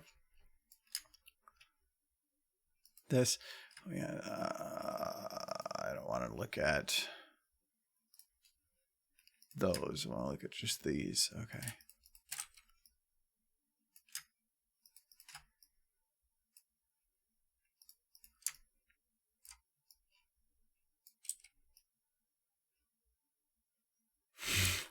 I'm looking at you. Oh no. That was infected. Oh.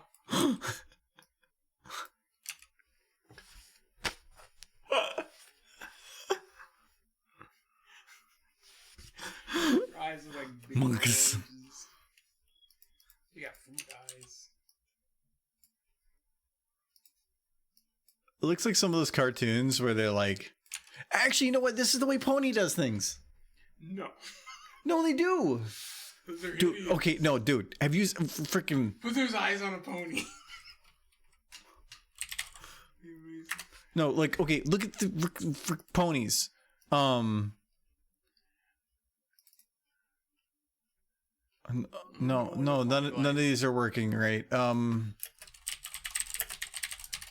Okay. White sparkle in particular. No, like, look here. What? How does this eye work? Her nose here is turned that direction, but her other eye is 100% visible. I do feel like her nose should be a little bit more. Or this. How does this work? Well, her head is tilted. It's not a profile shot. It's a 3/4. No, she's a mutant. It's just like, no. It's a 3/4. How about this one? shot. It's a 3/4 shot. But how can I see her full pupil in its normal round state? You're seeing it like it's like this. You can see my eye here, and you can see this is profile. This is profile. This is 3/4. This is straight on. It's a 3/4 Okay, shot. do you want to see the most disturbing thing from all of this? Sure. This is absolutely. I mean, I might get banned for this, so I'm just letting you know. Oh, not the bees. So all of this makes no sense. No. You stop this. It makes no sense. Like The best part. I have to get rid of this before I get in trouble. Aww. So, That was like the best part of any stream ever.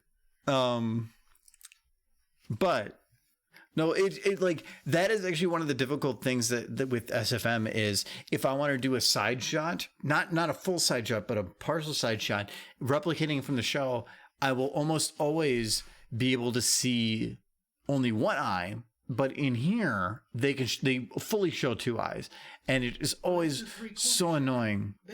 No, it is a 3/4 head, but not a 3/4 body. Yeah. The proportions are not correct. They don't Don't defend them. They don't tend to do profile shots that often, but there was a profile shot up further where they just had to show the one eye. They do have profile shots. They just don't do them that much. It's really anything other than a pure side shot always shows the other eye. Yeah. But you can't just show it a little bit. You have to show it a lot. So they always show more than Well, they need. if you look at like the original puppets they used for Flash, that's pretty much all. Look at here. That's a butt. You can't see any of the eyes. Yeah, I guess it's because you should. That is a little weird. You should be able to see this. Actually, I was just joking around, and now you're trying to like actually pull something from this. Well, that one is a little odd. I would think you'd be able to see one a little bit. This is the way I feel about the eye thing. It's just like, oh. I love that face. Actually, I think that is one of the emotes for chat. Yes. Yes, it is. Oops, I hit the wrong button. Yeah, it's for chat. Because I love that face. Okay, my cat wants to watch the stream. She just scared the crap out of me by jumping from the floor to my shoulder in one bound. Just watch the stream. I hope she enjoys Dragon. I forgot that was there. Yes. Okay, but you did say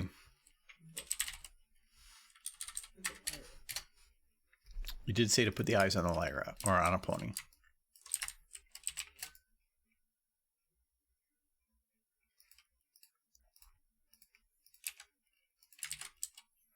Oh no. For Lyra.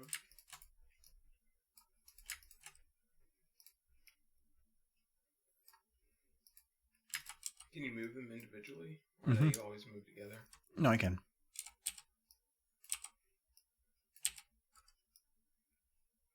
I didn't pay stupid face points. I feel special.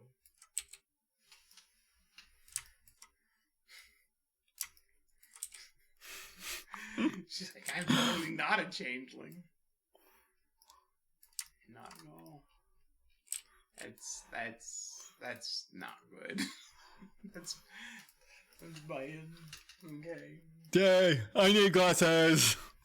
That is horrifying. I'm glad that is not this style of choice for the MOP artists. Like part pony, part chameleon.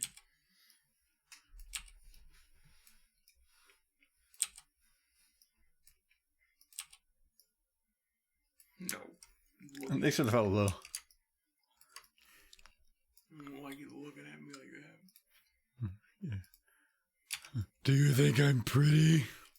I mean, it's not a complete deal breaker, but it is creative. I might still. It's not a deal breaker. Okay, that might. Wait.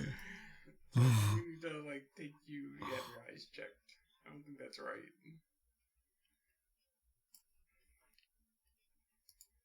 I like potatoes. Always potatoes with you, Lyra. That's all she talks about.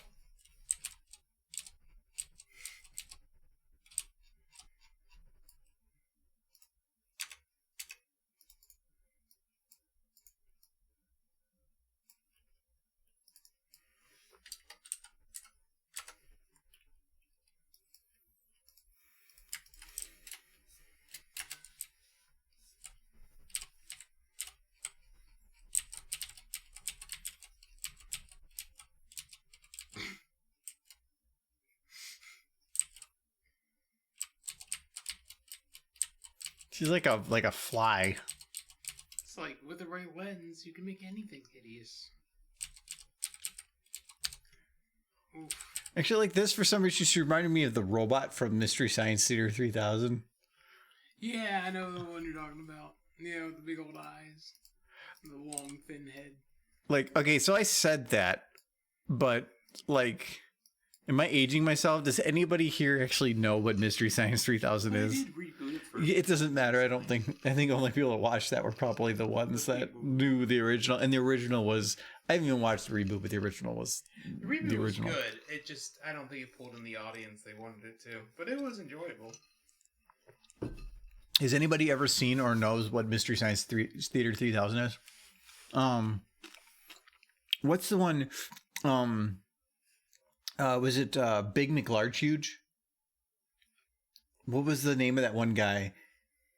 They had one episode where every time they mentioned this guy's name, they would come up with a new name for him. Yeah. And so what Mystery Science Theater 3000 was, where they would watch like a really old movie and they would just talk over it. And it would be, hello, sexy Karen. And it would be like complete, it'd be like if you were watching a really bad movie with friends and they were talking over the movie, making fun of it. That's all they did the entire movie. The same guys who made that do riff tracks now. So if you know what riff tracks is, you essentially know what Mystery Science Theater is. Yeah, Big McLarge Huge. You don't remember that one? I did watch Mystery Science Theater, just not that often. Oh, that was every time he came up on the screen, they always gave him a different nickname that had to do with being big and beefy. And the one that they gave him was Big McLarge Huge. And it was That's Big McLarge Huge. and that ended up being the favorite that came out of that one. That was a meme for a while. Big McLarge Huge. Blast Hard Cheese. Bless, that was his other name.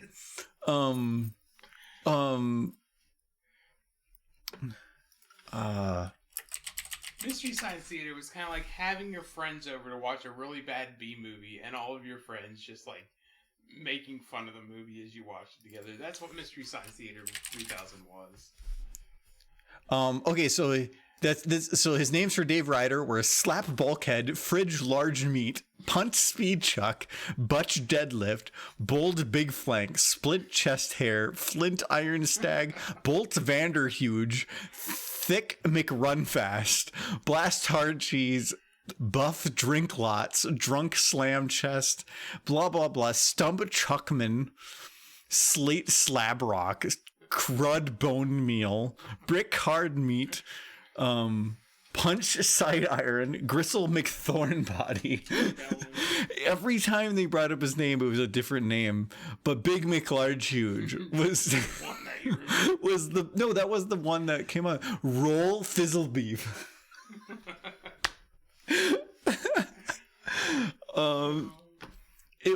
That is a really, really good show, and they have little like in between stuff, but there was actually one, and there was a robot that looked kind of like this. That's why I had it, or why I mentioned that. But one of the I gotta fix the face. If you can ever go watch some of those, they're great. There was, what was the one name I always did on Jackbox? Reptilicus. It was a movie that was Reptilicus, and there was a really bad movie that they did on there, and it was super funny. And so like after that, I started just putting my name as Reptilicus on every time we did on Jackbox. Yeah.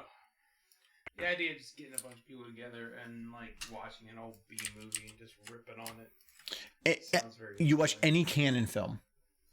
We actually it was actually, I think, while I was rebuilding this computer, in this case, I've done upgrades since then, but when I was actually using this case for the first time, I remember I was sitting on the kitchen table that is still the one I'm using now. This was probably like 7 years ago. It's probably 7 years ago, maybe 5. And they were watching a documentary about Canon films. And that was where all the B movie, low budget action films like Rambo, I can't remember the one movie, the Two Barbarians. I can't remember but Canon was notorious for making these super low budget movies that were horrendous, but were hilarious in their horrendousness. And those are the ones you want to watch, is Canon films. We'll have to do that sometime. Some of them were meant to be serious or cool, but they were so low budget that it just didn't work. There was one of the movies we watched too. It was considered, I think, the worst horror movie of all time. And it was like about some like fat lady that would just started eating people that can't like randomly, but nothing that horror even at all happens until the last 3 seconds of the film. Yeah. All the rest of it is build up. Nothing else. And then it's one churn moment where they're like, oh, and then that's it. It's so bad. Where a large woman just runs around like eating people, like just like swallowing them whole. I want this film. No, in there it's she's trying to get things that she wants, but they can't afford it, and she gets angry about it, ends up killing somebody, and then you can't figure out where she's not getting food. It's because she was eating the people that were there, but they don't really show any of it until the very, very, very end that was the case. But all the whole movie is like people coming over and saying, "What's going on?" and her going like, "Get out of here," and then shuts the door. That is the whole. It is so bad, but it is so cheesy, and that it makes it kind of entertaining. I forgot the name of it. I don't know if anybody here knows the name of it. I'm guessing not. That was the second movie. Premise was just like large lady. This is like 1970s, maybe. Like it is old. But yeah, watch if you ever go watch Mystery Science Theater 3000. Do it. I remember watching it when I went over to because I didn't have like great television when I was younger, and I would be at my grandma's, and I think she had cable, and we would watch it on like Nickelodeon. That was like, oh god, I was probably like single digits in age, so that's probably like 30 years ago. Oh. But 30 years ago was 90s, so.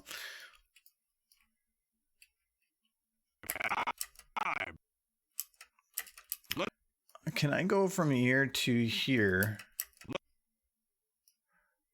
Oh yeah, she's not looking at the thing. I can go to it. Sometimes it's not about getting I actually brought this up before, like all that matters really on for showing stuff on camera is what you can see. And even if two shots don't actually match up, as long as it's close enough to where you're not paying attention or it's with something that doesn't matter. There's lots of movies where there was one we remember seeing where they were like a group having like lunch or something or dinner at a table. And in one shot, the person is eating like pancakes and the next shot it's waffles or something. It was completely different food. But that's not the focus. Nobody's actually looking at that. It's the same thing when they've done the monkey suit psychological experiment, where they say in there, like, very few people are able to count the amount of times that this ball bounces in this shot.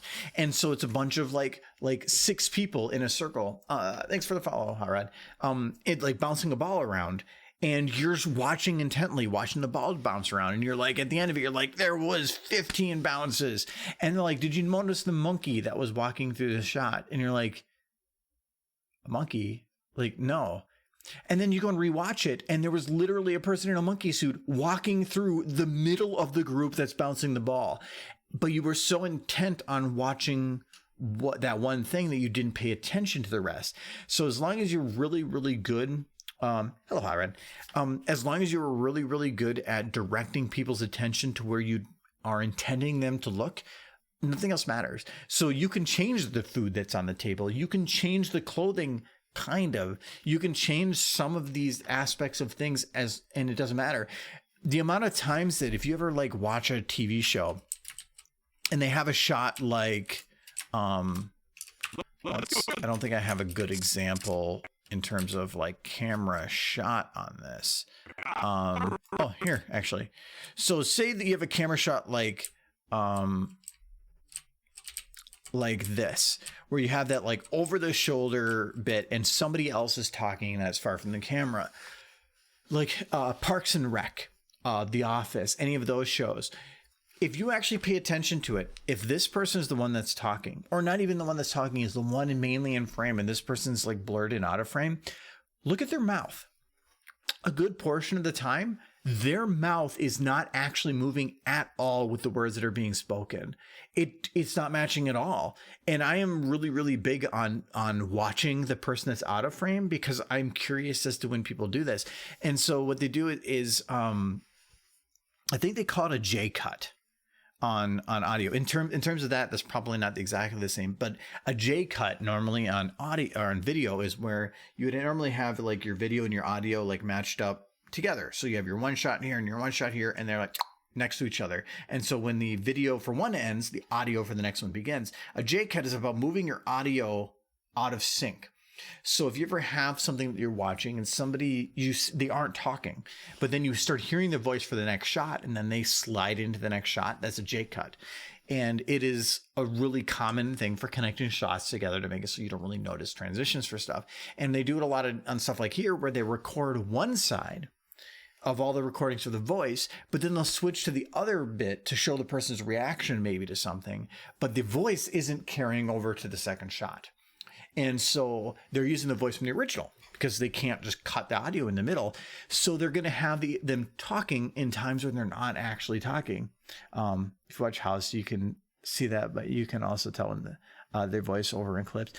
Voiceovers actually usually can be more obvious because depending on how it's done, if you're voicing over in a room with different acoustics compared to the original set, yeah, you can usually tell the difference quite a bit. But in these cases, it's just taking the audio from a different shot and continuing it over. And it's the same thing here. So in this case, if I'm going from this shot, looking from where she's looking to this shot, as long as she is looking at the similar thing, even if she's not, you have to think about what is the focus? What are people going to look at when they're looking at this? And don't think about it if somebody stopped frame by frame to look at it, but what is the main focus here? And you should always do that. And anytime you're making a video, you should look at a video and say, what are people trying to look at? And if I was watching this, what would I be looking at? And in this case, when he comes up here, because Rathlos is the one moving, probably going to be the one in focus for the most part, and is going to be closer to the camera. More than likely is going to be the one to draw attention, so that he would be the one to look at, which means I'm doing basically my job correctly.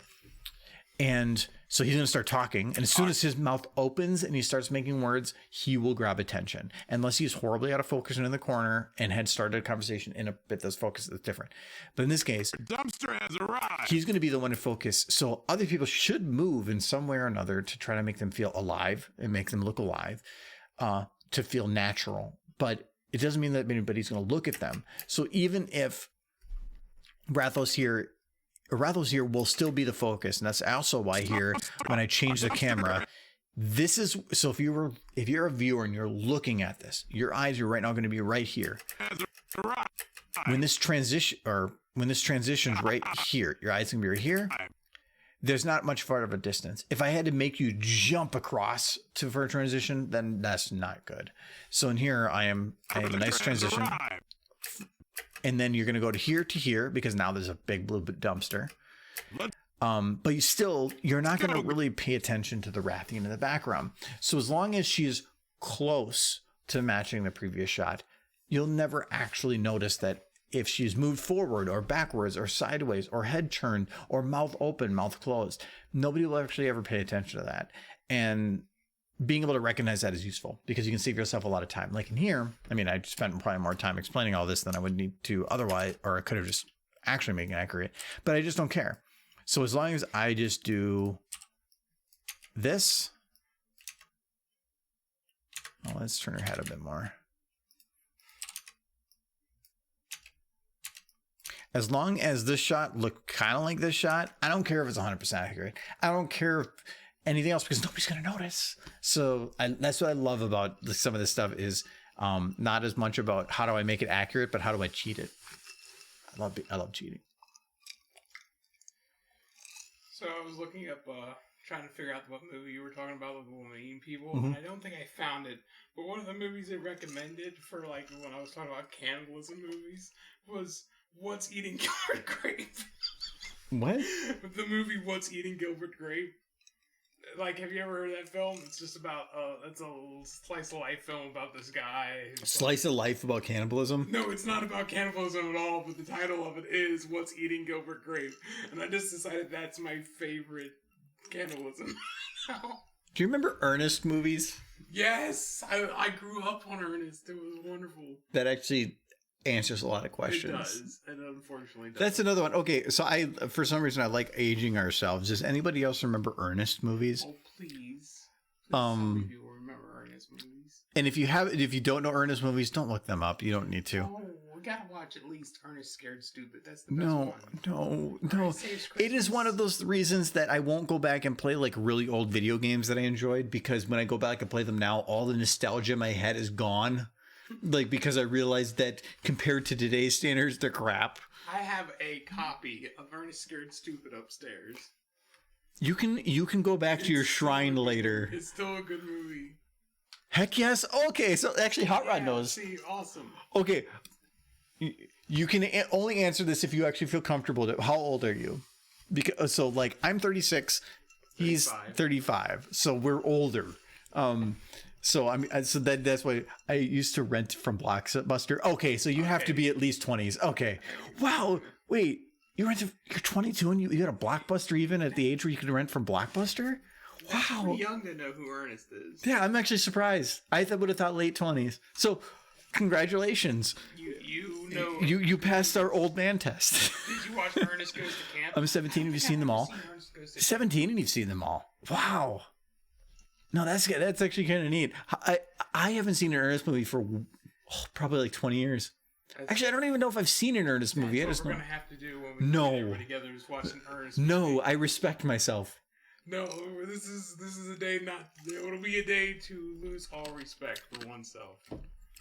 I am so like there's that. If you ever think when you're younger, especially like for 17 or 22, you're always gonna think like old people don't understand everything, and I'm never gonna get to that point. I am right at that transition point where I'm understanding where there's the disconnect from older groups to younger groups, to where I have a niece that's 13, and some of the memes and the common things that they see on stuff, like I consider myself pretty internet literate on things, but she brings up stuff and like, this is a super popular thing right now. And it means nothing to me. Like, I don't know what she's talking about. I hit a point where I had to Google something because I didn't understand the meme. And that was my old man moment where I didn't like, I hit a point where I found that I was disconnected from the meme culture, and I kept up for a long time, but I think it was like bubblegum where you can take a chunk of it and you can keep pulling, but eventually this tension is going to pull and like you're going to break or gravity is going to take it from you. And I hit that point. And now I understand that a bit more. I still think that boomers are stupid, but I can understand it a bit more. I think a lot. I'm 21. I miss Blockbuster. I do too. Like I miss going to Blockbuster, walking in the aisles, and they would have all the VHSs. I mean, again, this is VHSs. Okay, nobody on there went to Blockbuster. Okay, yeah, you probably were DVDs and stuff, but we would go through their VHS, and DVDs were a newer thing at that time. But we'd go through there, and we'd go through the video game section, and it wasn't even like at a pawn shop where they would be like lots of them. They would be flat faced with like 4 inches between them all, and you go to the new release aisle, and it would be an entire wall, all the way down this wall of new releases, and you'd go down there, and you'd be like looking for a new movie to watch. And you'd be like, find the one you want. And you're like, yes, this is the one we want. And it was fun. It felt like, it felt like you could go to a tech store to enjoy something and then actually walk out with something that you could enjoy and bring home. And so it was just so much fun. I've been to a Blockbuster since I was like 9.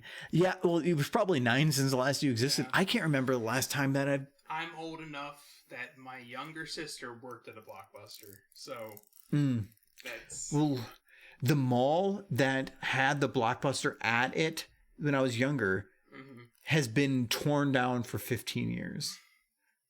It no longer exists. It was a Rainbow Foods, which is a completely debunked business. Yeah. That whole mall was torn down. Now actually thinking about it, yeah, I remember going in there, we'd rent video games, PlayStation 1 video games. Yeah. Or I remember renting Nintendo video games. I'm thinking Super Nintendo. I remember renting Super Nintendo games. I remember getting like thanks for the follow, Heather. WrestleMania. Or Heather and Heather. All three of you. Thank you. Where's it in Oregon? There's one left in Oregon. There's also one. I know there's one left in Alaska. I know there is a few left around, but it is very, very few far in between. But it's the same thing like Fuddruckers. Fuddruckers went out of business. Did they? Long ago. Oh. But there is one in Minnesota, and he sued for the rights to maintain use of the name because he was financially doing okay. Yeah. When they went under, and he won, and so there is still a Fuddruckers. Or if you've ever watched the movie Idiocracy, yeah, butt fuckers. That is a good movie. It is a good movie. But Fuddruckers is there's one that exists on there, and so it's the same thing here. As long as they were profitable enough, I could see it. It's the same like with the pony conventions. When you have 20 pony conventions going across the United States, it's hard to maintain things when numbers are dropping. So you start having smaller ones disappear, and then all those people from the smaller ones flock to the bigger ones. And so you're going to have people like pilgrimaging to, is that a word? To Blockbuster of like, I have made my way to the Holy Land so that I could rent a video and watch it at my hotel. If I was in like the 20-mile radius of the last remaining Blockbusters, I might make a stop. Your hubby still has his Blockbuster card? Though that's worth money. That's pretty cool. GameCube. Yeah, I never owned a GameCube. Same. So I went, PlayStation guy. I had an option to potentially, like my parents actually one year were like, okay, so we're like getting everybody a Wii for Christmas. Do you actually want a Wii? And I said, no. I was the only one in the family that didn't get a Wii because I didn't want one. Until the Switch, I haven't owned a Nintendo in a while. I went to Pony Convention in Minneapolis, Minnesota. I live in Plymouth. There was one. So I live in Minnesota. So hello, local. There used to be a pony convention in Minneapolis, MLP MSB, and it was very good. But that is no longer existing. That is gone. But it was great while it lasted. But it's 4 years. 3 years and then a gap. That's the one I went to. I was at every one of them. Those were great. It was nice having a convention that was like 5 miles from home, but one of the fun things about a convention, the best parts about a convention are the hanging out with friends. And when you're local, you just go home at night because you're saving money. Some of the funnest times we've ever had at a convention are the hangouts at night when everything is kind of done at night and we go back to the hotel room. We watch really stupid videos. We have some drinks and we stay up till 2 a.m. doing stupid crap. Those are the times I remember the most out of conventions. And that was the problem with MLPMSP is that we'd go back home and you just have stupid times at home and it just felt different. And so I loved MLPMSP, but I felt like it didn't have that portion of it. But it was nice having a hometown con for sure. See if the only convention I've ever been able to attend, Everfree Northwest. I've been to Everfree Northwest, I think just 2 years.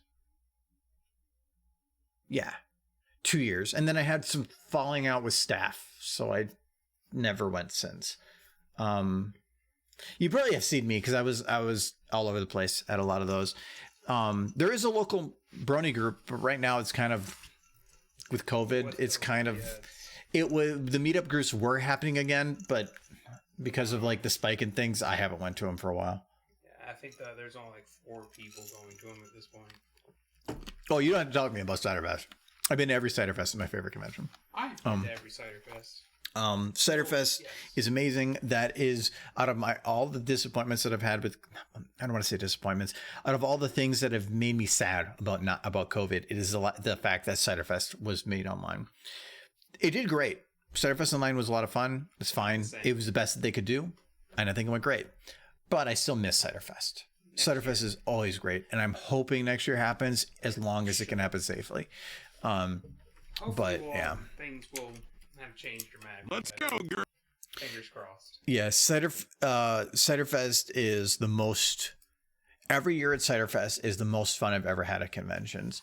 To where I've almost been tempted to buy like the highest level sponsorship. It's expensive, but to get a suite, because again, the most fun we've had at a lot of the conventions are the hotel room, like the hangout time, and have an actual suite to where we can have a nice room to actually like group together and have some fun together, where you have a buffer room for noise.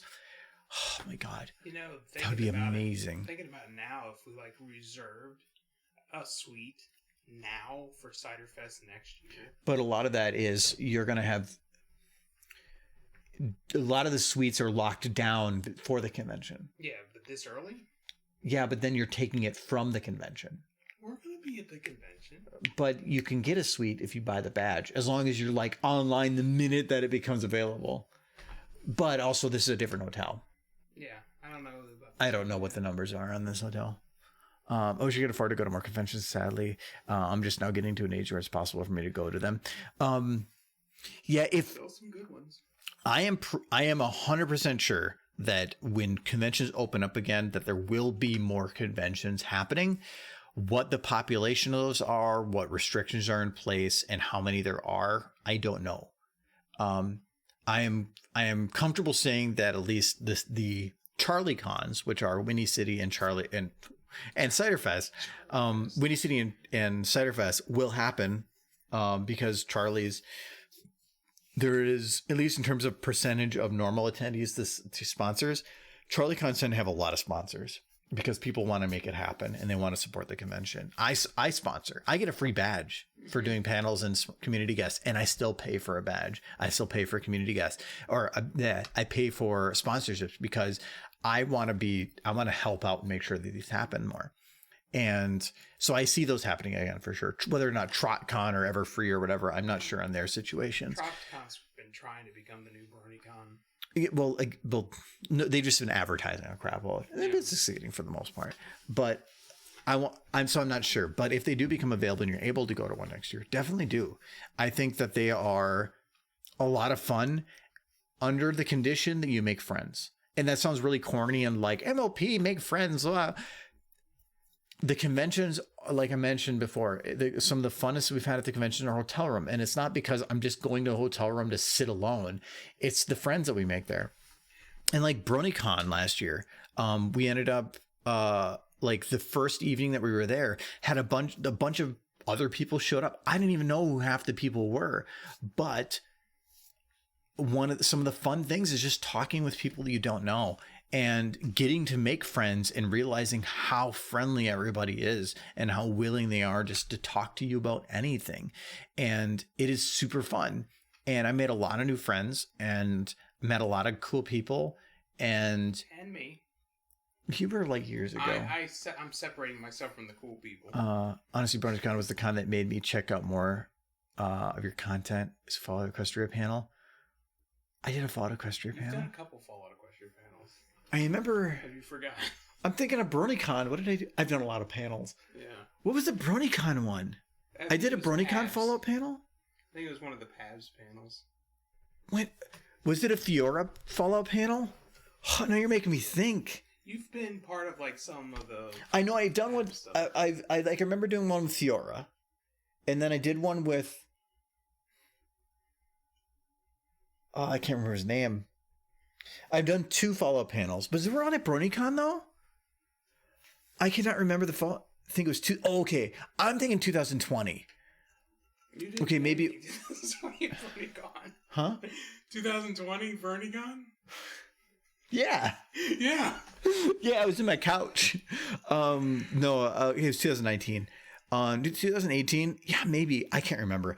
Normally per convention, I'll do on average 4 panels, and 3 to 4, and so it's hard to remember a lot of them. And if you were asking me what year some of them happened, I'd have no. I've probably done 40 panels at this point, and so it's really hard to mix them up. But I know I've done a Fallout panel at least twice, and I remember the one year we did with Fiora. I can't remember there was 2 other people that I can't remember who they were at the time. I've been drinking enough, so I can't remember exactly. Yeah. But the panel turned out a lot better than I thought it was going to turn out too. Because there's 2 levels of preparation that you can do for a panel, and it's over prepare or under prepare. You really don't. There's not often that you get in the middle ground. I prefer under prepare, because you can improv a lot of it. And as long as you have people on the panel that are good at improving, you're fine. If you over prepare, then normally it feels like you're on a rigid schedule that you're just like hitting play on content, and nobody enjoys that.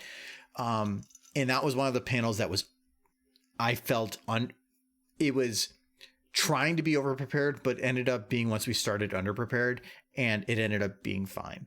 One of my favorite panels, it was Everfree, probably 2016 or 2017. This is my first year there. And it was a panel of me, Jake Wyman, Jay Haller, Adam the Amazing, and Pika Petey.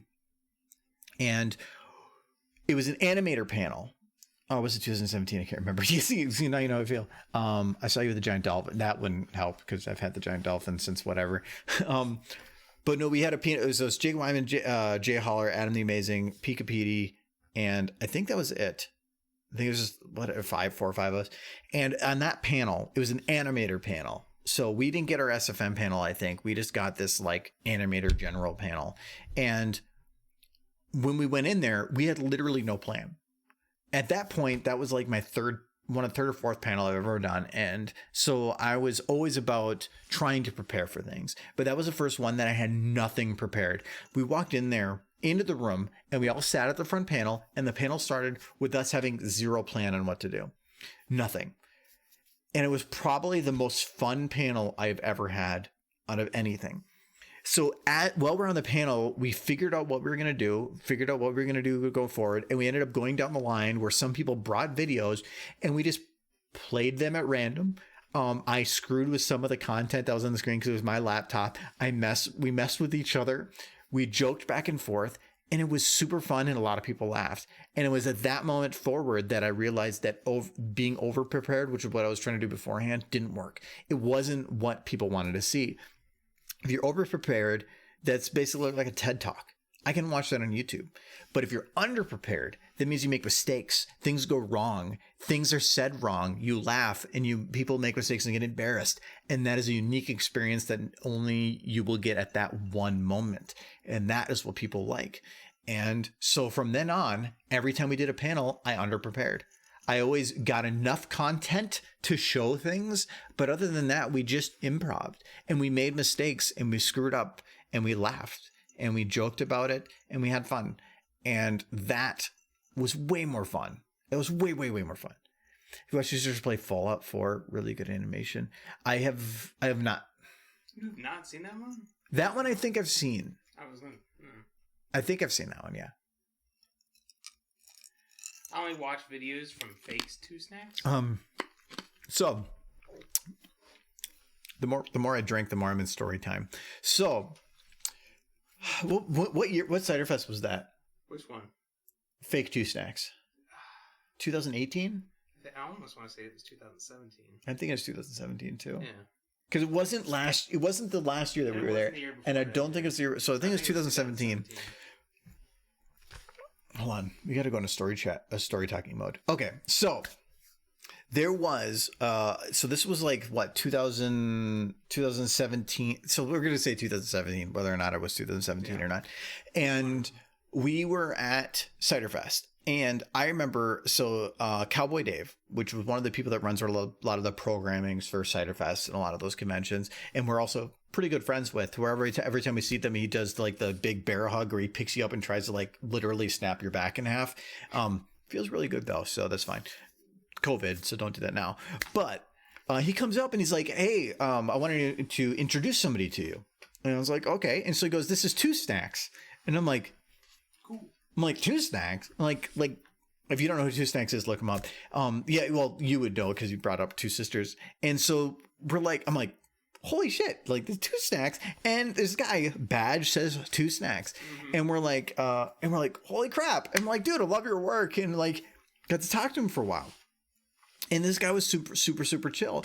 And we spent like a couple days. I don't know if he was in a hotel room or not, but when we spent a while talking with him, he had an actual panel where it was about 2 Snacks animating. He had his computer there, and he actually showed animation that actually inspired me to start doing some how to animate panels, because they were showing the way that he works and animates and everything, and it was exactly what you would expect, exactly the 2 Snacks animating style, everything. And I found it fascinating. A full hour of this. And like Jay Holler went and hung out with them and made some jokes for stuff. And the guy was actually really chill. We found out later that was not 2 Snacks. It was a guy. It was literally a sociopath, which was so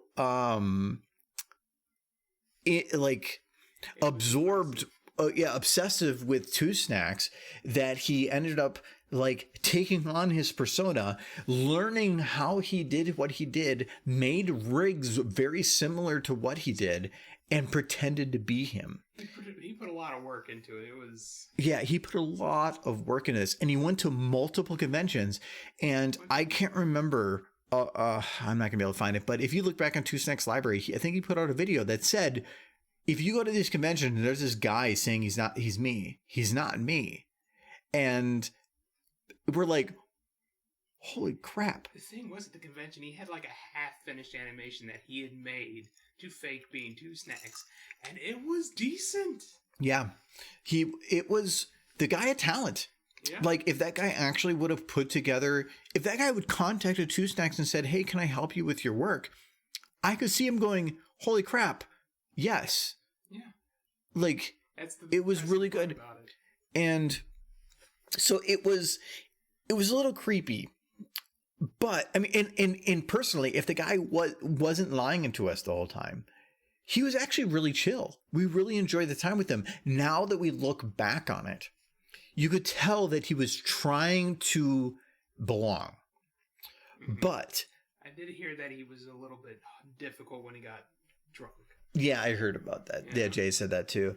So there was some bumps on it, but he was really he was cool. Like it was a guy that based on the personality he was externalizing was somebody that I could actually hang out with and have fun with. I think that would have been really fun. But now that you realize that they're nuts, not so much. So the guy was already had everything he needed to belong. And not just belong, but to like fully enjoy everything. But he was doing it under a false name. And all he had to do was change one word and he would have been fine.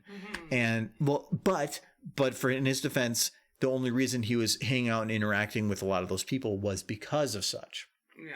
Which bothered me a little bit that the convention, based on, I don't know how they got the information to believe all of this. That's a little frustrating. More than one convention. That Yeah. So like having friends that I know of say that this is the person and him being able to trick them into believing it, that's a little frustrating. No, I will agree. It's dedication. It's not just dedication. That's why I say sociopath. It's somebody that's somebody who's really invested in a lot of it. But he was cool until he wasn't. And he had talent. And he had talent. That's the most frustrating part of it for me. Because if he had just gone under any name and just kept doing what he was doing and actually finished the animation he was clearly working on, he could have gotten decent in his own right. Yeah, I think in his own right. There's actually, and his whole thing reminds me of the one it's a thing I heard a long time ago, and I actually brought it to Michael this the other day about if trying to think of the way to word it. Earlier on, when I was doing a lot of the animation stuff, I was, you're told like you do really good stuff and you do really good work, and not just animation, but like in work and whatever. And they're like, you do great stuff and you do great whatever. But in my head, everything I kept telling myself was, well, I'm not really trying that hard. You're lying to, or I know what you're telling me, but it's all a lie. And I didn't believe them on a lot of it because I believed that what I was doing wasn't actually value added, just that they were seeing something different. And it took me a while, especially with YouTube, to get to a point to where I was eventually able to take the things that, or not just take that stuff, but where I started trying to say, okay, if this is the way that people see me, is it that hundreds of people are wrong, or is it that I'm wrong? And so I decided to flip my perspective on things of, instead of looking at it where everybody thinks I'm good at things, but I'm not. And instead look at it like, what if I am what they think I am and I am the one that's wrong? What if I am just having the wrong viewpoint on things? And when I started to take that mentality, it was a life-changing thing of where there's, and I can almost guarantee you, but there's 13 people right now, but I can guarantee you like 7 or 8 of you, at least half of you, have had moments in your life where you were looking at things and people are telling you like, hey, I think that's really good. Like you're doing a great job. And you're looking at it and saying, well, that's not very good. What are you talking about? But you got to remember is you're going to look at something because you thought it was easy, or you thought it was quick, or you were able to do it quickly. And that doesn't mean that it was, just because you thought it was easy doesn't mean that it overall was easy, or it was a simple thing. It's just because you've spent time on it and it became something that you're good at. And instead, when somebody says, hey, you're doing a good job on something, stop looking at it from your perspective, flip around to their perspective and see it from the way that they see things and see if you still agree. And it is hard because sometimes even in doing that, you're still looking from your perspective. If you can actually disconnect your mind and look at it from their perspective, sometimes you will start to look at it and say, wait, I'm way more competent than I thought I was. If they think I'm able to do something that's that great, maybe it's because I am able to do something that's that great, and maybe I can do better. that's fine. But don't think that you're incompetent, and don't keep telling yourself incompetent. If other people are saying you're doing good things, if 100 people, if even 10 people or even 5 people are saying you're doing great things, you're still one person against 5, and you're probably doing great things. And once I finally believed that myself, it was enough to get me to actually start improving a lot more, because I started seeing things differently. Instead of seeing things as I'm getting lucky, it was I'm good at what I do. And could I be better? Yes. You can always be better at anything. And I'll strive to be that, but it's no longer about fighting for the bottom and throwing a line to the top. It's about working from the top and trying to get better. So, yeah. Again, that was a really long tangent, I guess. For 14 years, I've been working in electronics, and to this day, I still tell myself I'm awful at it. And even though I've been given a pretty decent position, and my concern is that if I ever tell myself anything else, I'll let my guard down, and then I'll stop being as good at it. Because I think the constant fear that somebody might look at my work and say, this is as awful as you think it is what drives me to not mess up. Well, how good something is a baseline. So, like, in terms of animation, everybody's what they consider as good is going to be based on what they can do. Yeah. And so anybody that doesn't do any is going to be looking down here and saying, you do great work. And I'm going to be looking at like Pixar, and I'm going to be like, I'm not that good. But when I think about it on an average, most people are down here. And so when I start thinking about it, it's like, actually, no, I am doing pretty good. And even the people that are at Pixar are people that are spending hundreds of hours on one shot. And so it's a lot of time investment. And so when you look at how good you are at something, you're always looking at it of like, if it is easy, that it isn't worth doing, or you aren't really that good at it. It's just easy for you. It doesn't mean that you're bad at it. If you spend enough time on anything, something becomes easy. Yeah. But to somebody else, trying to lip sync is going to be hard. For me, it's easy. I hate doing it, but it's easy. But if somebody else were to sit down and do it, they wouldn't know where the fuck to start. Yeah. And so they're gonna be like, I don't know how you do that. But to me, I'm like, it's easy and it's not worth anything. Maybe it is. I mean, that's what I feel about electronics. Like when I sit down in a previous job working on radio or radio components or navigation components or whatnot, or my new job where I'm working on control systems for heavy machinery, I sit down and look at it and like, this is easy, bam, bam, bam, I get it done. But the constant fear that my work would be judged by anyone and seen as poor keeps me on my toes. Like, it keeps pushing me to get better and better and better. If I didn't have that fear there, if I thought to myself, oh, I'm good at this, and I'm always going to be good at this, then I feel like I would be more likely to fail, I guess. Because there's 2 ways to go about it. There's that one way, but I don't think that's the best way to go about things, because it feels like you're constantly living where you're fighting negative. Where you're fighting the anxiety. Yeah. The anxiety drives me. But in like Iceberg, so you were saying that that's the way that you feel on things, and that basically was the way that I used to do things when I was starting out. And so do you remember?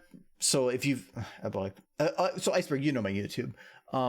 So you know a lot of that stuff. So even from my perspective, that's the way that I worked for the first few years. I was blowing up really, really fast early on, and I had no idea what I was doing from my perspective.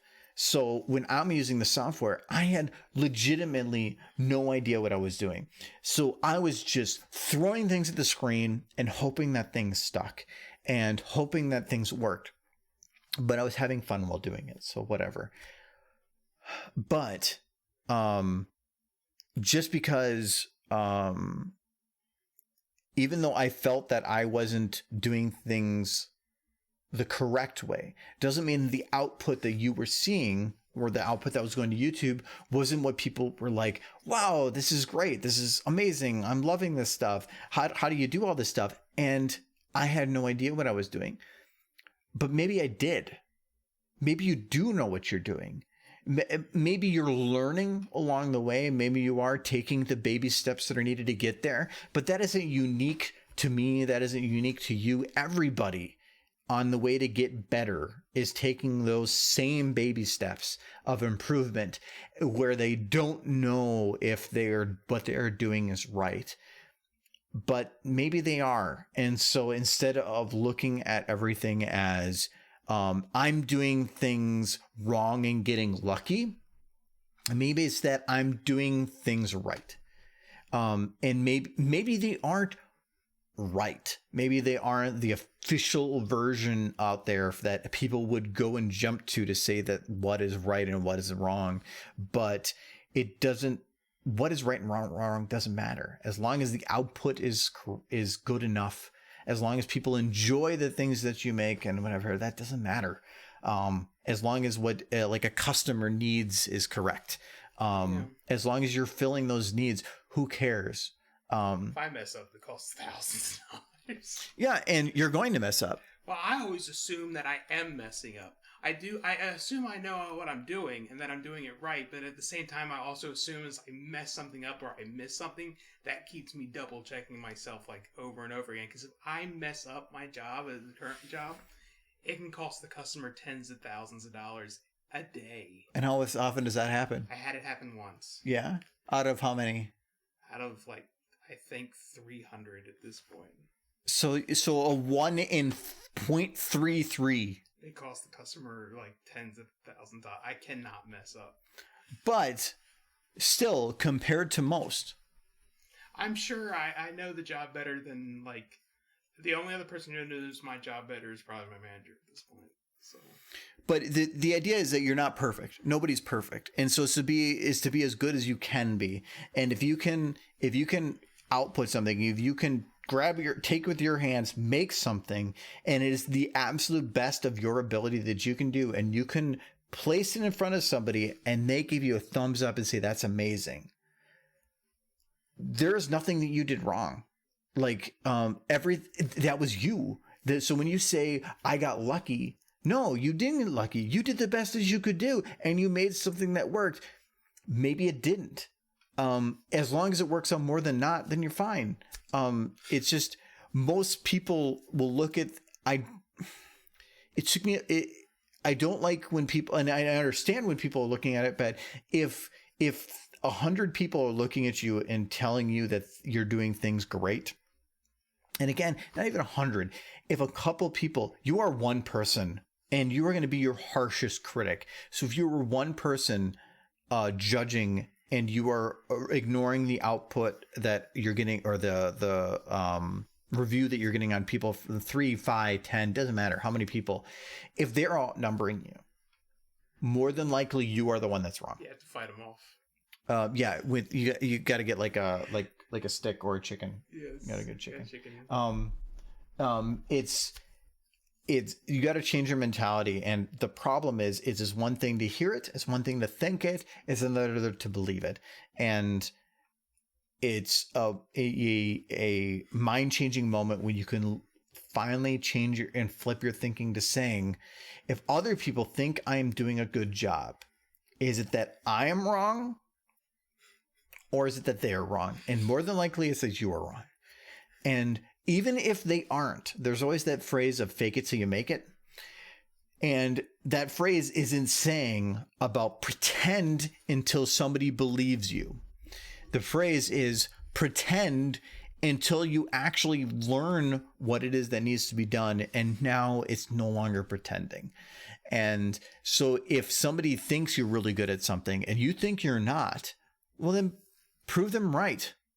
Like, put your effort into it to be that good. If they are thinking that you were that good, apparently it's not taking much effort to do it. So keep doing it and see how long you can get away with it. Because maybe at the end, you were never pretending to begin with. Maybe there was nothing pretending to begin with. Maybe that whole time you were being the best that you could be, and it was what you needed to be, what they wanted you to be, and you just didn't see it. I don't know, man. Fear and anxiety got me this far.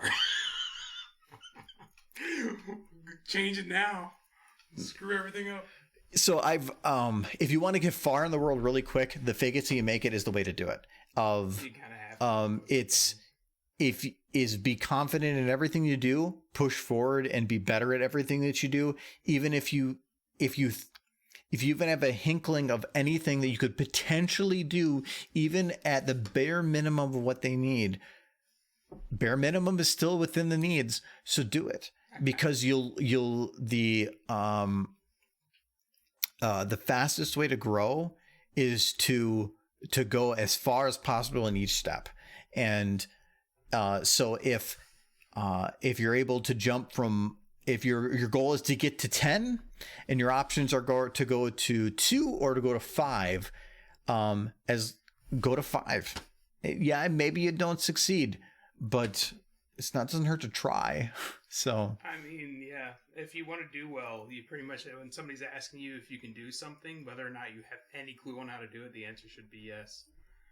I remember my interview for my current job was, I didn't lie on anything. I am from stuff that happened to me like 10 years ago. I have difficulty lying. I do not like lying. And so for my interview, they were like, well, can you do this? And I told some of the answers. I said, no, I've never done that in my life, but I can guarantee you that if you give me the opportunity, I'll do it, and I'll figure out how to do it. And that means you can do it. But it was because the stuff they were bringing up, they're like, do you know how to use the software? I'm like, I've never used that software in my life, but I'm confident because I know myself that I can do it. And the interview went probably better than any interview I've ever had. And that's the job I'm at right now. And I thoroughly enjoy my job, and my boss loves me. But a lot of the interview was me saying, when they said, do you know how to do this? And me saying, no, I don't know how to do it, but give me the opportunity and I will do it. And not just with like, I think I could do that. No, I looked him straight in the eye and it was like, I will do that. And it was probably one of the most fun interviews I've ever had, but it was because of YouTube and a lot of the stuff that I've done on Twitch, but like the panels that I've done, sitting in front of people, the YouTube stuff, that it made me confident in my ability to adapt and learn. And so it wasn't just me saying, yes, I can do that. I was confident in it. That's huge. I remember starting my new job, my boss just looked at me. He's like, you're going to build a breakout box for these systems for testing. I didn't know what a breakout box was. But he's like, he looked at me, he's like, you are going to do this. And I'm like, yes. And then you did, right? Yeah, I built it. Did you think you were going to? I didn't know how I was going to do it at first, but I figured... Were you panicking? A little bit. A little bit? A lot. Okay, there you go. A lot of panic and anxiety. I'm like, I don't even know what a breakout box is. And he's asking me to build one. And he's like, you can do this, right? And basically my brain was like, if I can't say no, I'm not going to keep this job. So I said yes. And I did it. I had to figure out what it was I needed to do, but I got it done. And it's a wonderful device. I'm quite proud of it.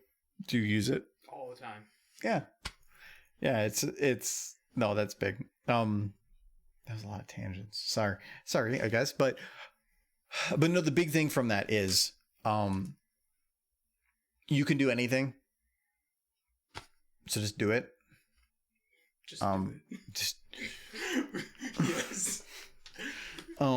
It's and if everybody else is telling you that you're good at something and you're the only one that's saying you're not, chances are you're the one that's wrong. And maybe you're not a Picasso, but that's not what people are looking at. They're looking at you compared to them, and they're saying, I could never do this, so I'm thinking you're great at this. And that's a compliment. Is yeah, you're better than somebody else at something. That's how life works. Some people are better, some people are worse. Take advantage of the things you're good at, and take the compliments that people tell you, grow from it, get better, be motivated, and succeed. Yeah. Oh, I thought you were going to say something. No. I was kind of All right. spacing out there for a minute. All right. Yeah, it was tangents on stuff. But it's a lot of stuff that I've learned from last like 5 or 6 or 7 years, not just from YouTube. There was other crap that happened to me like 7 or 8 years ago that was 8 or 9 years ago that was really hard on me, and a lot of the stuff from YouTube as on top of that has taught me a lot of life lessons. I'm glad I tuned into this stream. I need this. I've been in this state of mind for a while that, well, the world has beaten me to the point where I'm mentally unstable to work. I've been building myself up, but it's a very slow process. I've been telling myself that I am not good enough, that I'll never be. It's helped me a lot. Thank you. Every word you stated there, I've told myself at some point. I think everyone when they're younger tells themselves that. Not just younger. Everybody. I think when you get older, it gets a little easier as you kind of figure yourself out. I think at some point everybody has like there was a moment like 8 or 9 years ago. Like, I am not an anxious person, but a lot of it has been because of some stuff that happened 8 or 9 years ago. I don't want to go into the details of it, but I had an anxiety attack of the result of a lot of things, and I remember sitting in the corner of a room unsure of how to go forward, not just in that moment, but in everything. And where every word that you spoke and was something that I thought about. And it's not just me, it's not just him, it's not just you, it's everybody. Everybody has had a moment where they're like, I don't know what direction I need to go in life. And so don't think that you're the only one that feels that. In the moment, you're the only one that matters that feels like that. So when you're the more anxiety and the more that hits somebody, the smaller the world gets, to the point where all that matters is the pinprick of you at that moment. And so whether or not somebody else has felt that doesn't matter. But we've all gone through it. But a lot of it has been because we were looking at ourselves as not being good enough. And the best thing to do is to lie to yourself. And maybe that sounds weird, Sometimes you have to. But there's always that thing of there's no more muscles that are involved with smiling than frowning. So if you smile, it'll make yourself feel better. And that's not just a physical thing. It's a mindset thing. So if you really start believing that things can be better, mindset is a huge thing. Some of the things that really got me out of my funk that I was in, and not to say that I've ever gotten fully out of it, but were one of the big ones for me was insignificance. And that was it. There were certain moments in my life that I remember in clarity more than others. And one of them was on my way driving to work down a specific road. And I remember I was even 2 turns on the way to work before I got there. And I remember sitting in the car at that moment. I don't remember anything else other than this one moment. And it was where finally, again, where I talked about like, there's one thing to believe, or there's one thing to hear and to understand, but then to believe. And that was the moment where I hit the believe state. And it was about how I am insignificant. So I am one person amongst a fan.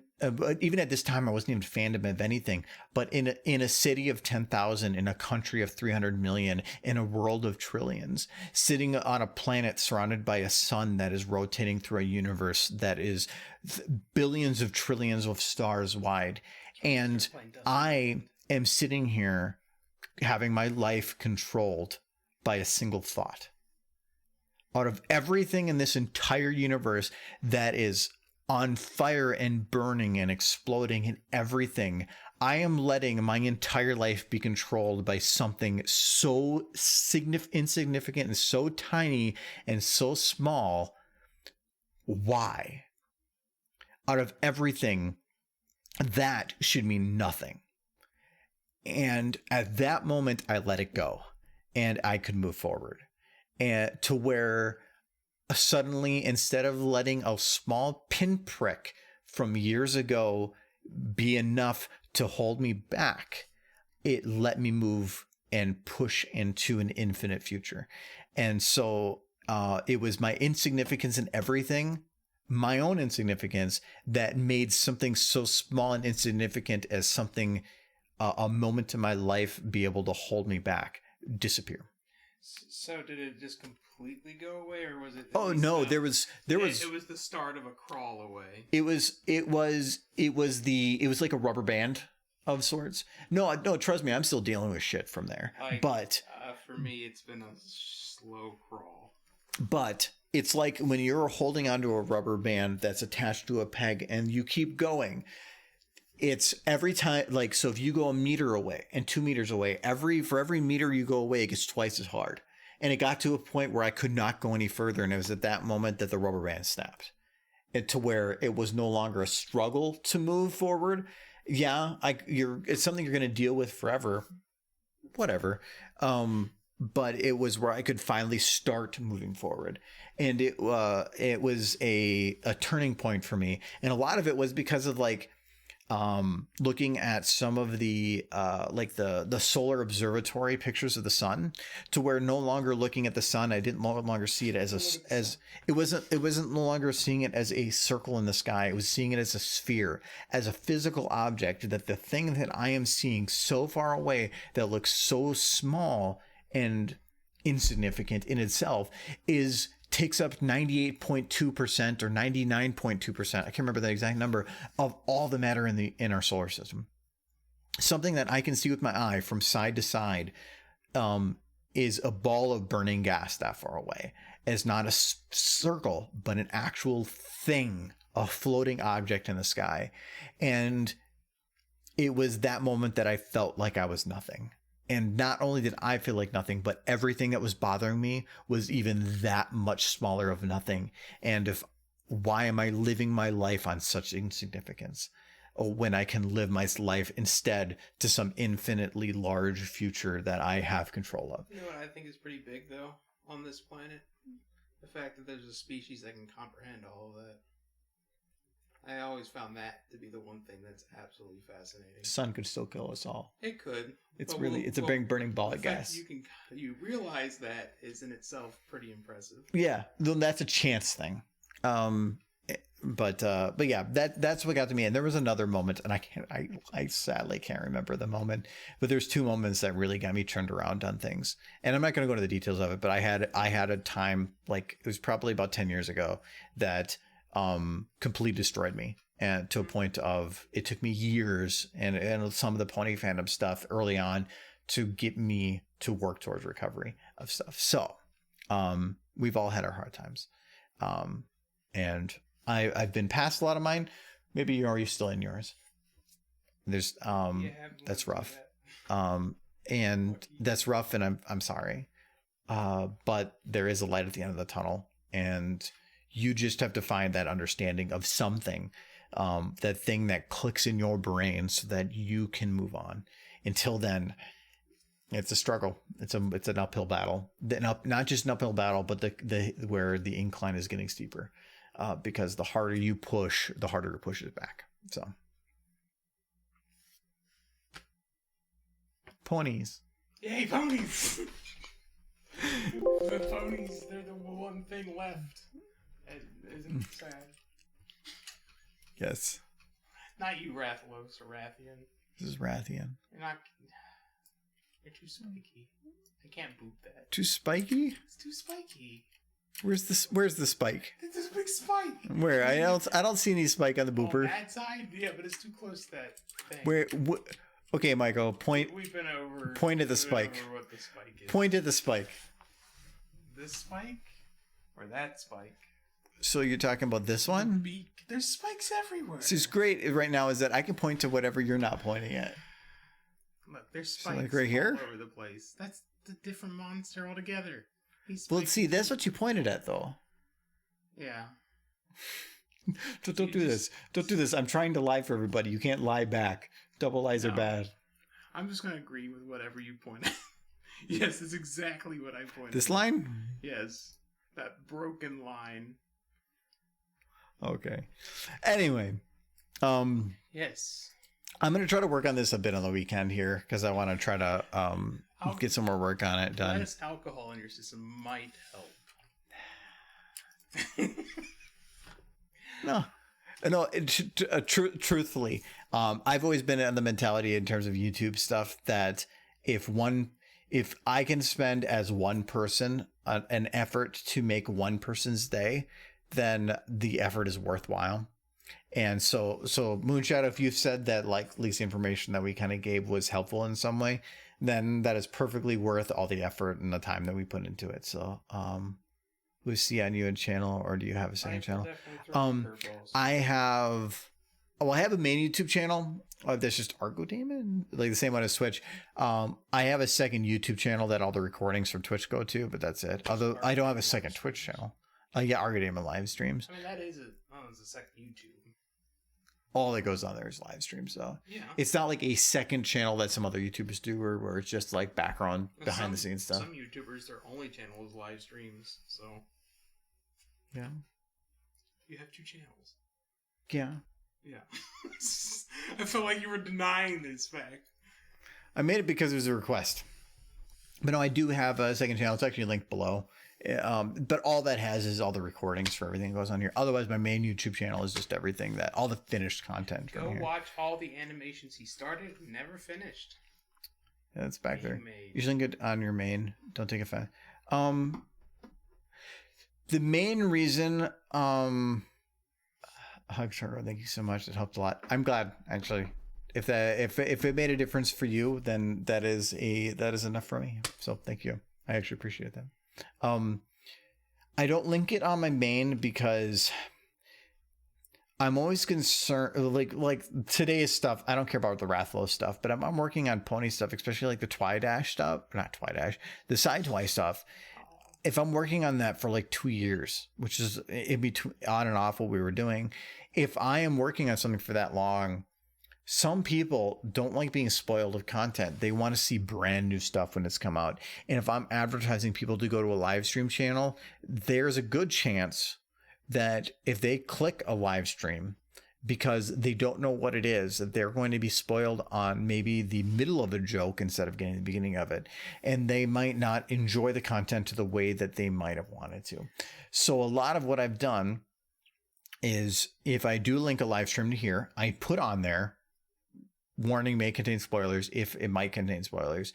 Otherwise, I disconnect the live streams completely, the recordings from, without having a link to the original, because I don't want to have people accidentally clicking things thinking, oh, more content from blah, blah, blah, and then seeing things they might not have wanted to see. So that's why I never stream on YouTube. That's why I never stream this type of stuff on YouTube. It's all separate because I don't want to have it be where the content that's on YouTube finalized is just a side bit to all the live streams. So that has been my mentality. That's why for like 5 or 6 years, I've kept everything separated. I will admit that little quick video you did, I probably enjoyed it more because I had no idea what it was about. You made it. Mm-hmm. It's a lot of the jokes that I put into things are only work best when they're in context, and you don't know what's coming. So I like misdirection, and a lot of the streams ruin that misdirection. So the people that are here, love that you're here. I love the fact that you're okay with seeing some of the behind the scenes stuff, but it does sometimes ruin those jokes, but sometimes the development of the jokes are just as funny. So it just depends. Plus I love you saying that, okay, I smell what you're stepping in. I always used to just watch you because I wanted to support what you were doing, and I felt like coming to your streams was a good way to do that.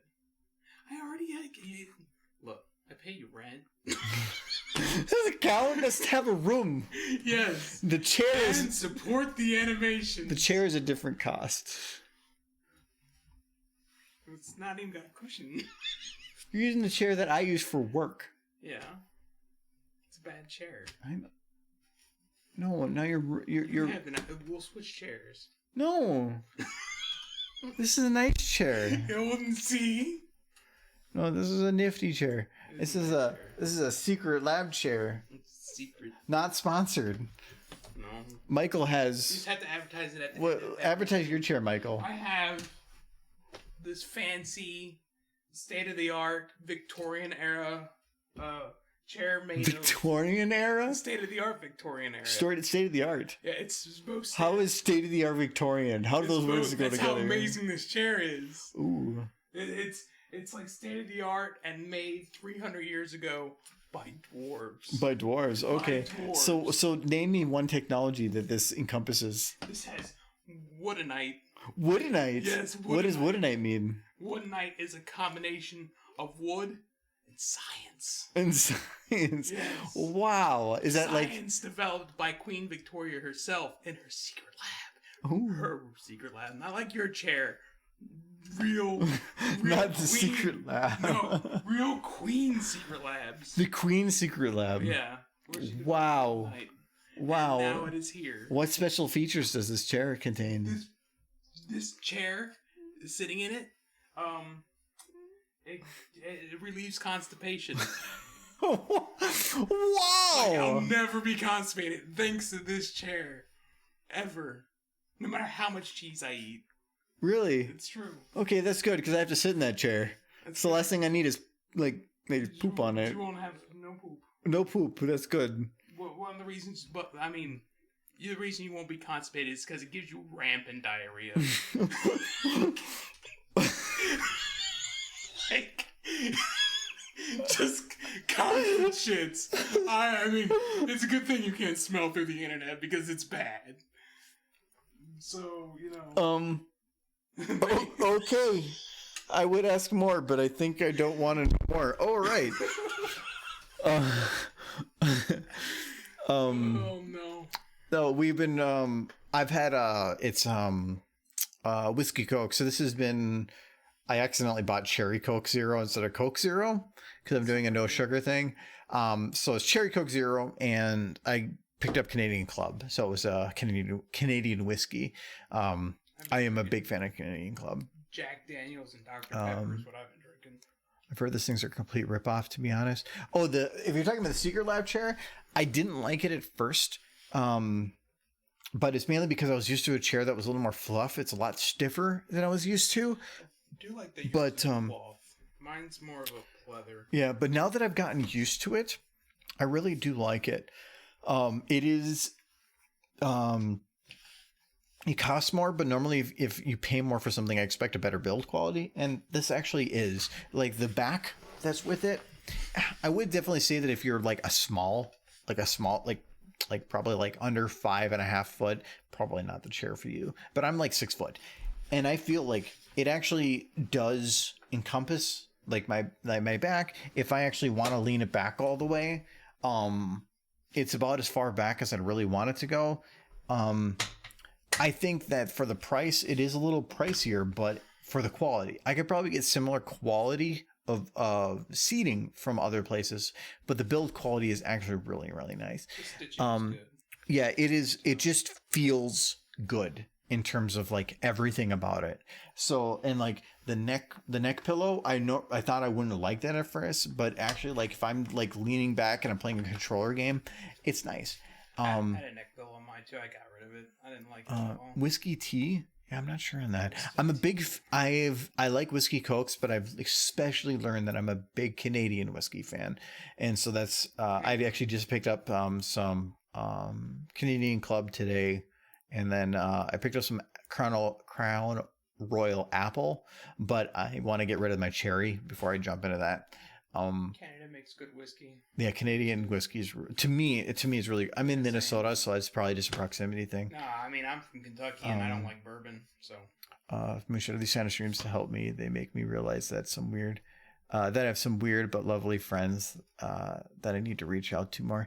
It's not even friends to me. I mean, friends definitely help, but a lot of it is you looking at yourself, and trying to look at yourself not as yourself, but as somebody else.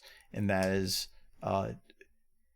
it's hard to do that because normally when you try to look at yourself as somebody else, you're seeing yourself as somebody else as you.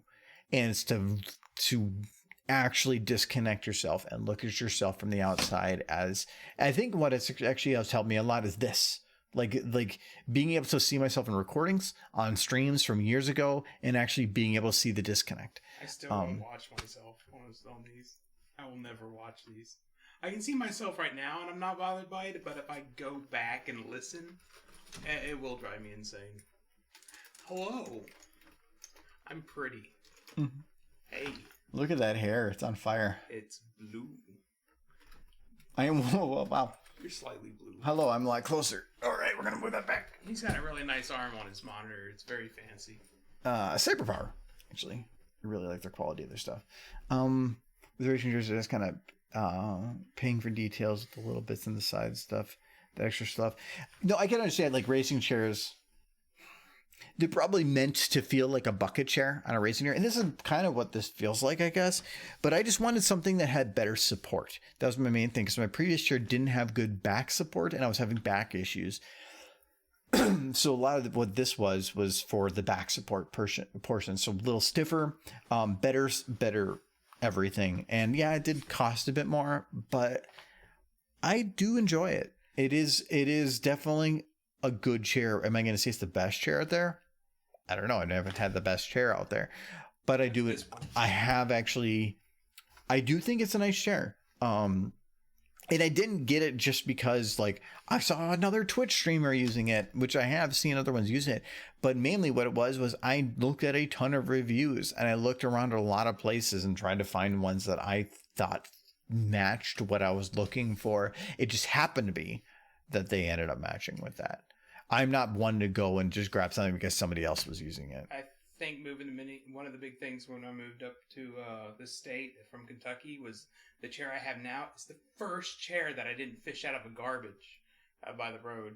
Like every computer chair I've had in the past, it's been like somebody throwing out office chairs. Yeah, you're talking about getting instead of getting an office chair. So it depends on the office chair. If you get the ones that are like the net backing with like the tension in the back, those are usually really, really, really good for arch support and back support. Those are can be expensive. But they are the better ones. If you're going to get an office chair, don't just get one that is like $50. One of the biggest things you can invest in is back support stuff. So if you're going to spend a lot of time sitting in a chair, having support for your back is crucial. Otherwise, you're going to feel like if you're in your 20s or you're younger, you might think like, I'm having no problems now. Trust me, I said that too. And now I'm in my mid 30s and I have more back issues where I can feel stuff that's catching up with me. And a lot of it is because I just didn't care when I was younger. And so the point of getting this chair was to start trying to do things right. And I feel that this at least helps in that regard, where if I am going to be lazy and like lounge in the chair more with my butt forward, I have a separate pillow that comes with it that I can put behind it to provide extra support. So it's to where I can go much longer now without feeling like every time I get up, I'm like, oh man, it's nice. They do have chairs that are like the perfect between a recliner and a computer chair. It's essentially just recliner with wheels, but they're expensive. They're like $500. Yeah, I used to work at Cantel Medical, and that place had chairs that were like $900 each. I mean, they definitely bought them in bulk, but they were super comfy. So like they were the full back support, very, very expensive setup. And I really like that. This is the gaming basically version of a lot of those, where those were the office professional versions. This was the gaming version. And so once I started getting used to that, I really wanted that myself. I mean, for our parents, the recliner was the big thing. But now I think that like the big thing, the chair you're going to spend most, like younger people are going to spend most of their time in is their computer chair. Yeah. And that's because I'll spend like it's something 16, 17 hours a day in this chair on the weekend. I mean, when I'm at work, I'm actually using the exact chair that he's in. Not the most comfortable thing to spend most of my day in, but yes, it's the pooping every 20 minutes. No, it's also I have a Fitbit, and This tells me to get up every hour. So it helps because I keep getting up constantly to move around and walk around, which offsets a lot of that. But if I'm going to constantly sit for hours and hours, that chair would be horrible. I would not want it. This one, if I lean it back and I put the back support pillow on there and I can be perfectly comfortable without any pain or without any problems for hours, and which is a lot better than my previous chair. My previous chair was the like $100 looking leather office chair that looks super plush and whatever, from like Office Depot or something. And it was plush for like the first couple months, and then all the plush went away, and then I was just sitting on cardboard. It was so bad.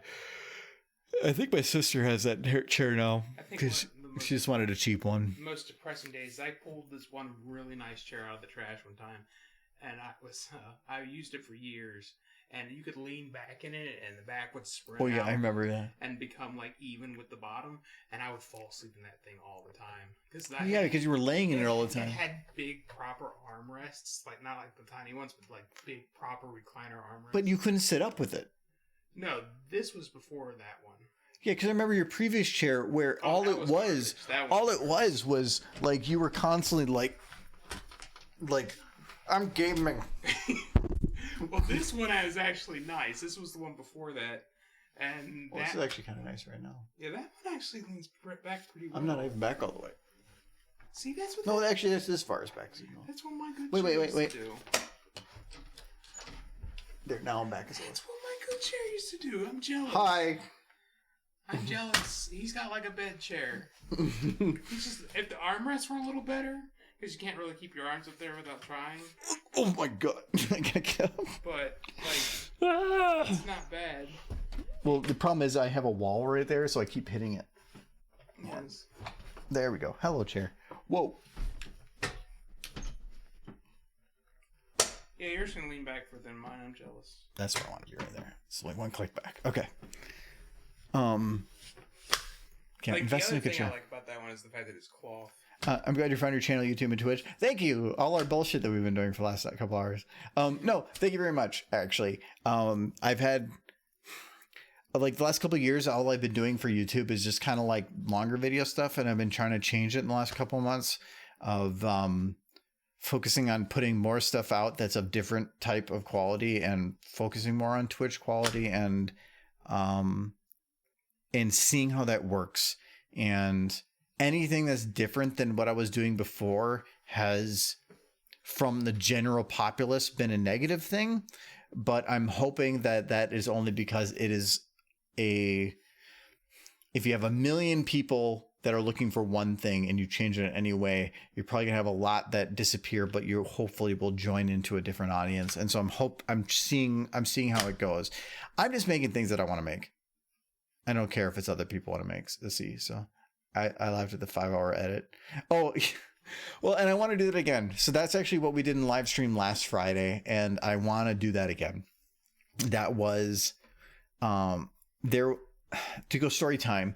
So if you don't know who Pika Petey is, he's another animator, and he had told me when he was trying to learn how to draw fast that he would go on to Derpy Bureau, either, I don't think he said he would make drama, but if something drama related was going on, he would try to draw pictures that were relevant to the conversation going on at the time as fast as possible to get them uploaded and on there while they were relevant, because it would train him to draw things with in the immediate moment of learning what was needed at that moment and have it immediately uploaded.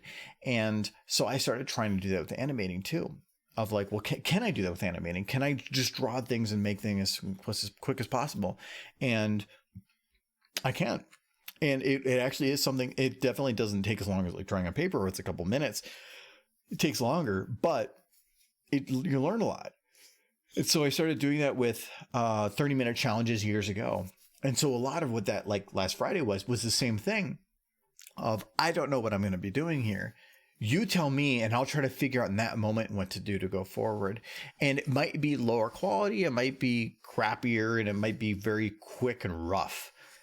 But it helps you get better at the good stuff too. It helps you learn workarounds. It helps you learn and wire your brain to work about problem solving on things that are complex in simple ways. And that is very, very useful things. And so, well, yeah, we ended up making a really stupid video in 5 hours. It was a learning experience for me. And I would like to do that more, because by doing those, I am learning and getting better at the things that I do, whether or not it's in the make a 5-hour video or making a 500-hour video. So for sure, it helps me on both sides. It reminds me of the spammy soap TF2. So SFM, I'm not sure what that one is. I don't pay attention to the SFM community. I kind of do my own thing. So, nonetheless, we are like half hour over. So, so yes, it is, because it's 9:30, and even then we probably spent the last 45 minutes just like blah blah blah blah blah. But it's fine, because at least Moonshadow got something out of it. So you're over here, so we're fine on that. So so yeah, thank you for anybody that stuck around for the fun, I guess. Thank you. Well, thank you too. But no, it was actually fun. I've learned a lot of things in the last decade, and I'm glad I could share a little bit of that. But 30s have been the best years of my life, and I think that, and from what I've heard from most people, that's been the best years of their life. 20s are I want to believe the 40s are going to be good too. You look at me like no. No. At that point, we hit our hump, and that's when you have to buy. That's when we get a hump. No, that's when you have to buy like a Lambo to be happy or something. Oh, wow, stream's still going. Hello, Sir Edward. Only for a couple more minutes. We're just kind of like chit-chatting right now. Lilip. I'm not sure what you said there, but okay. But no, thank you, everybody. Probably in the next week or two, I'll probably do another quick stream like we did last Friday of the build a story thing, because I want to see if potentially I don't know my plans for stuff yet, but I want to see, because I've been trying to do it. I was originally trying to do it where we're going to release a video on YouTube every week, but I've changed that to every 2 weeks, because every 1 week was way more work than I could keep up with. It was where like I was working 5 hours or 5 nights a week to try to get something out once a week, like full evenings. And so I backed it off to once every 2 weeks. So if we do like maybe a stream like that every 2 weeks, I might be able to make something out of it every 2 weeks. And that is something that I can keep going into the future. So I'll see. Just because it worked once doesn't mean it'll work again. But like I brought up before, we did it once, so why can't we do it again? So I did get a lot of it. Thank you. Well, I hope you have a good weekend. And if the future is untold, have a good weekend. Believe you're gonna have a good weekend, and you'll have a good weekend. And if don't jinx it though. Yeah. Oh. Jinx it. No, you just jinxed it. Now it's gone. All of your weekends are going to be garbage. If your weekend is bad, you blame Michael. Yes. Or you blame chicken. We always tell each other in our work, like, hope you die on the way home. That way you don't jinx. We do? Surviving. Well, I have my Chicken. job. Well, I don't have my hand in him. Oh my God, his foot is in his head. This is weird.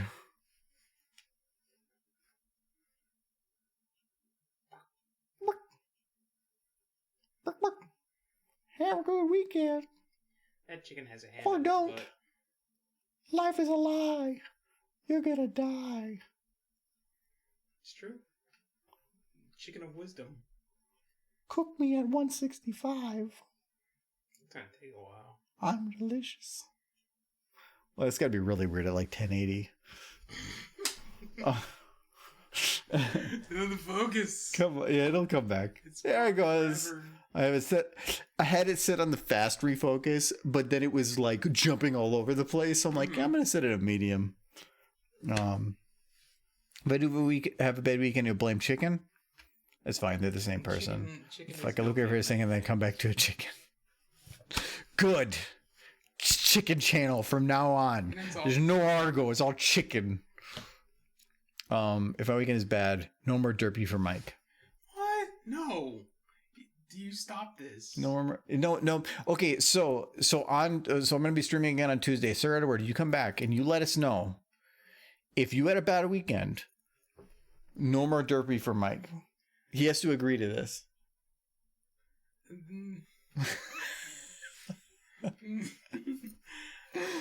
Are you telling him not to have a good weekend?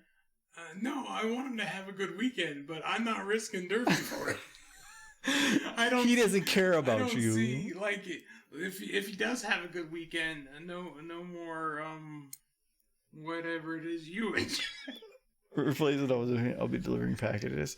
Well, money is money, so make some money. I have immense power in my hands. Good. You can punch Michael right in his derpy face. If he has a good weekend, you have to give me that chip that you ordered in the mail and have been talking. Be on Tuesday, and I may have something for you for Christmas on our share. I appreciate it. Hopefully with less butt, but less butt or more butt. Just a I different. found that picture very entertaining. Other than you touching my butt. No, we're gonna move over here. Touch your butt. Anyways.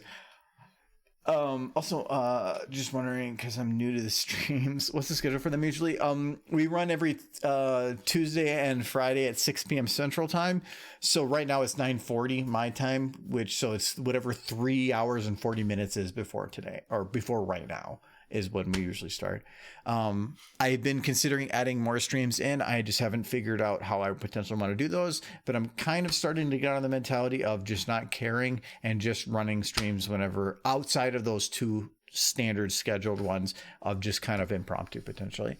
Not for SFM, but for other stuff potentially. For gaming or something. So less butt, I pinky promise. Well, we didn't say no butt. Just not his butt. Or my butt. You can do his butt. No. Or chicken butt. Guess what? Bark, bark, bark. Chicken butt. All right. But anyways, yeah, so it's twice a week, Tuesday, Friday. We've been doing that for like 6 or 7 years, or at least I have been. He's kind of been popping up in the last couple of years. Well, he lives here now, so he forced his way in. Yeah.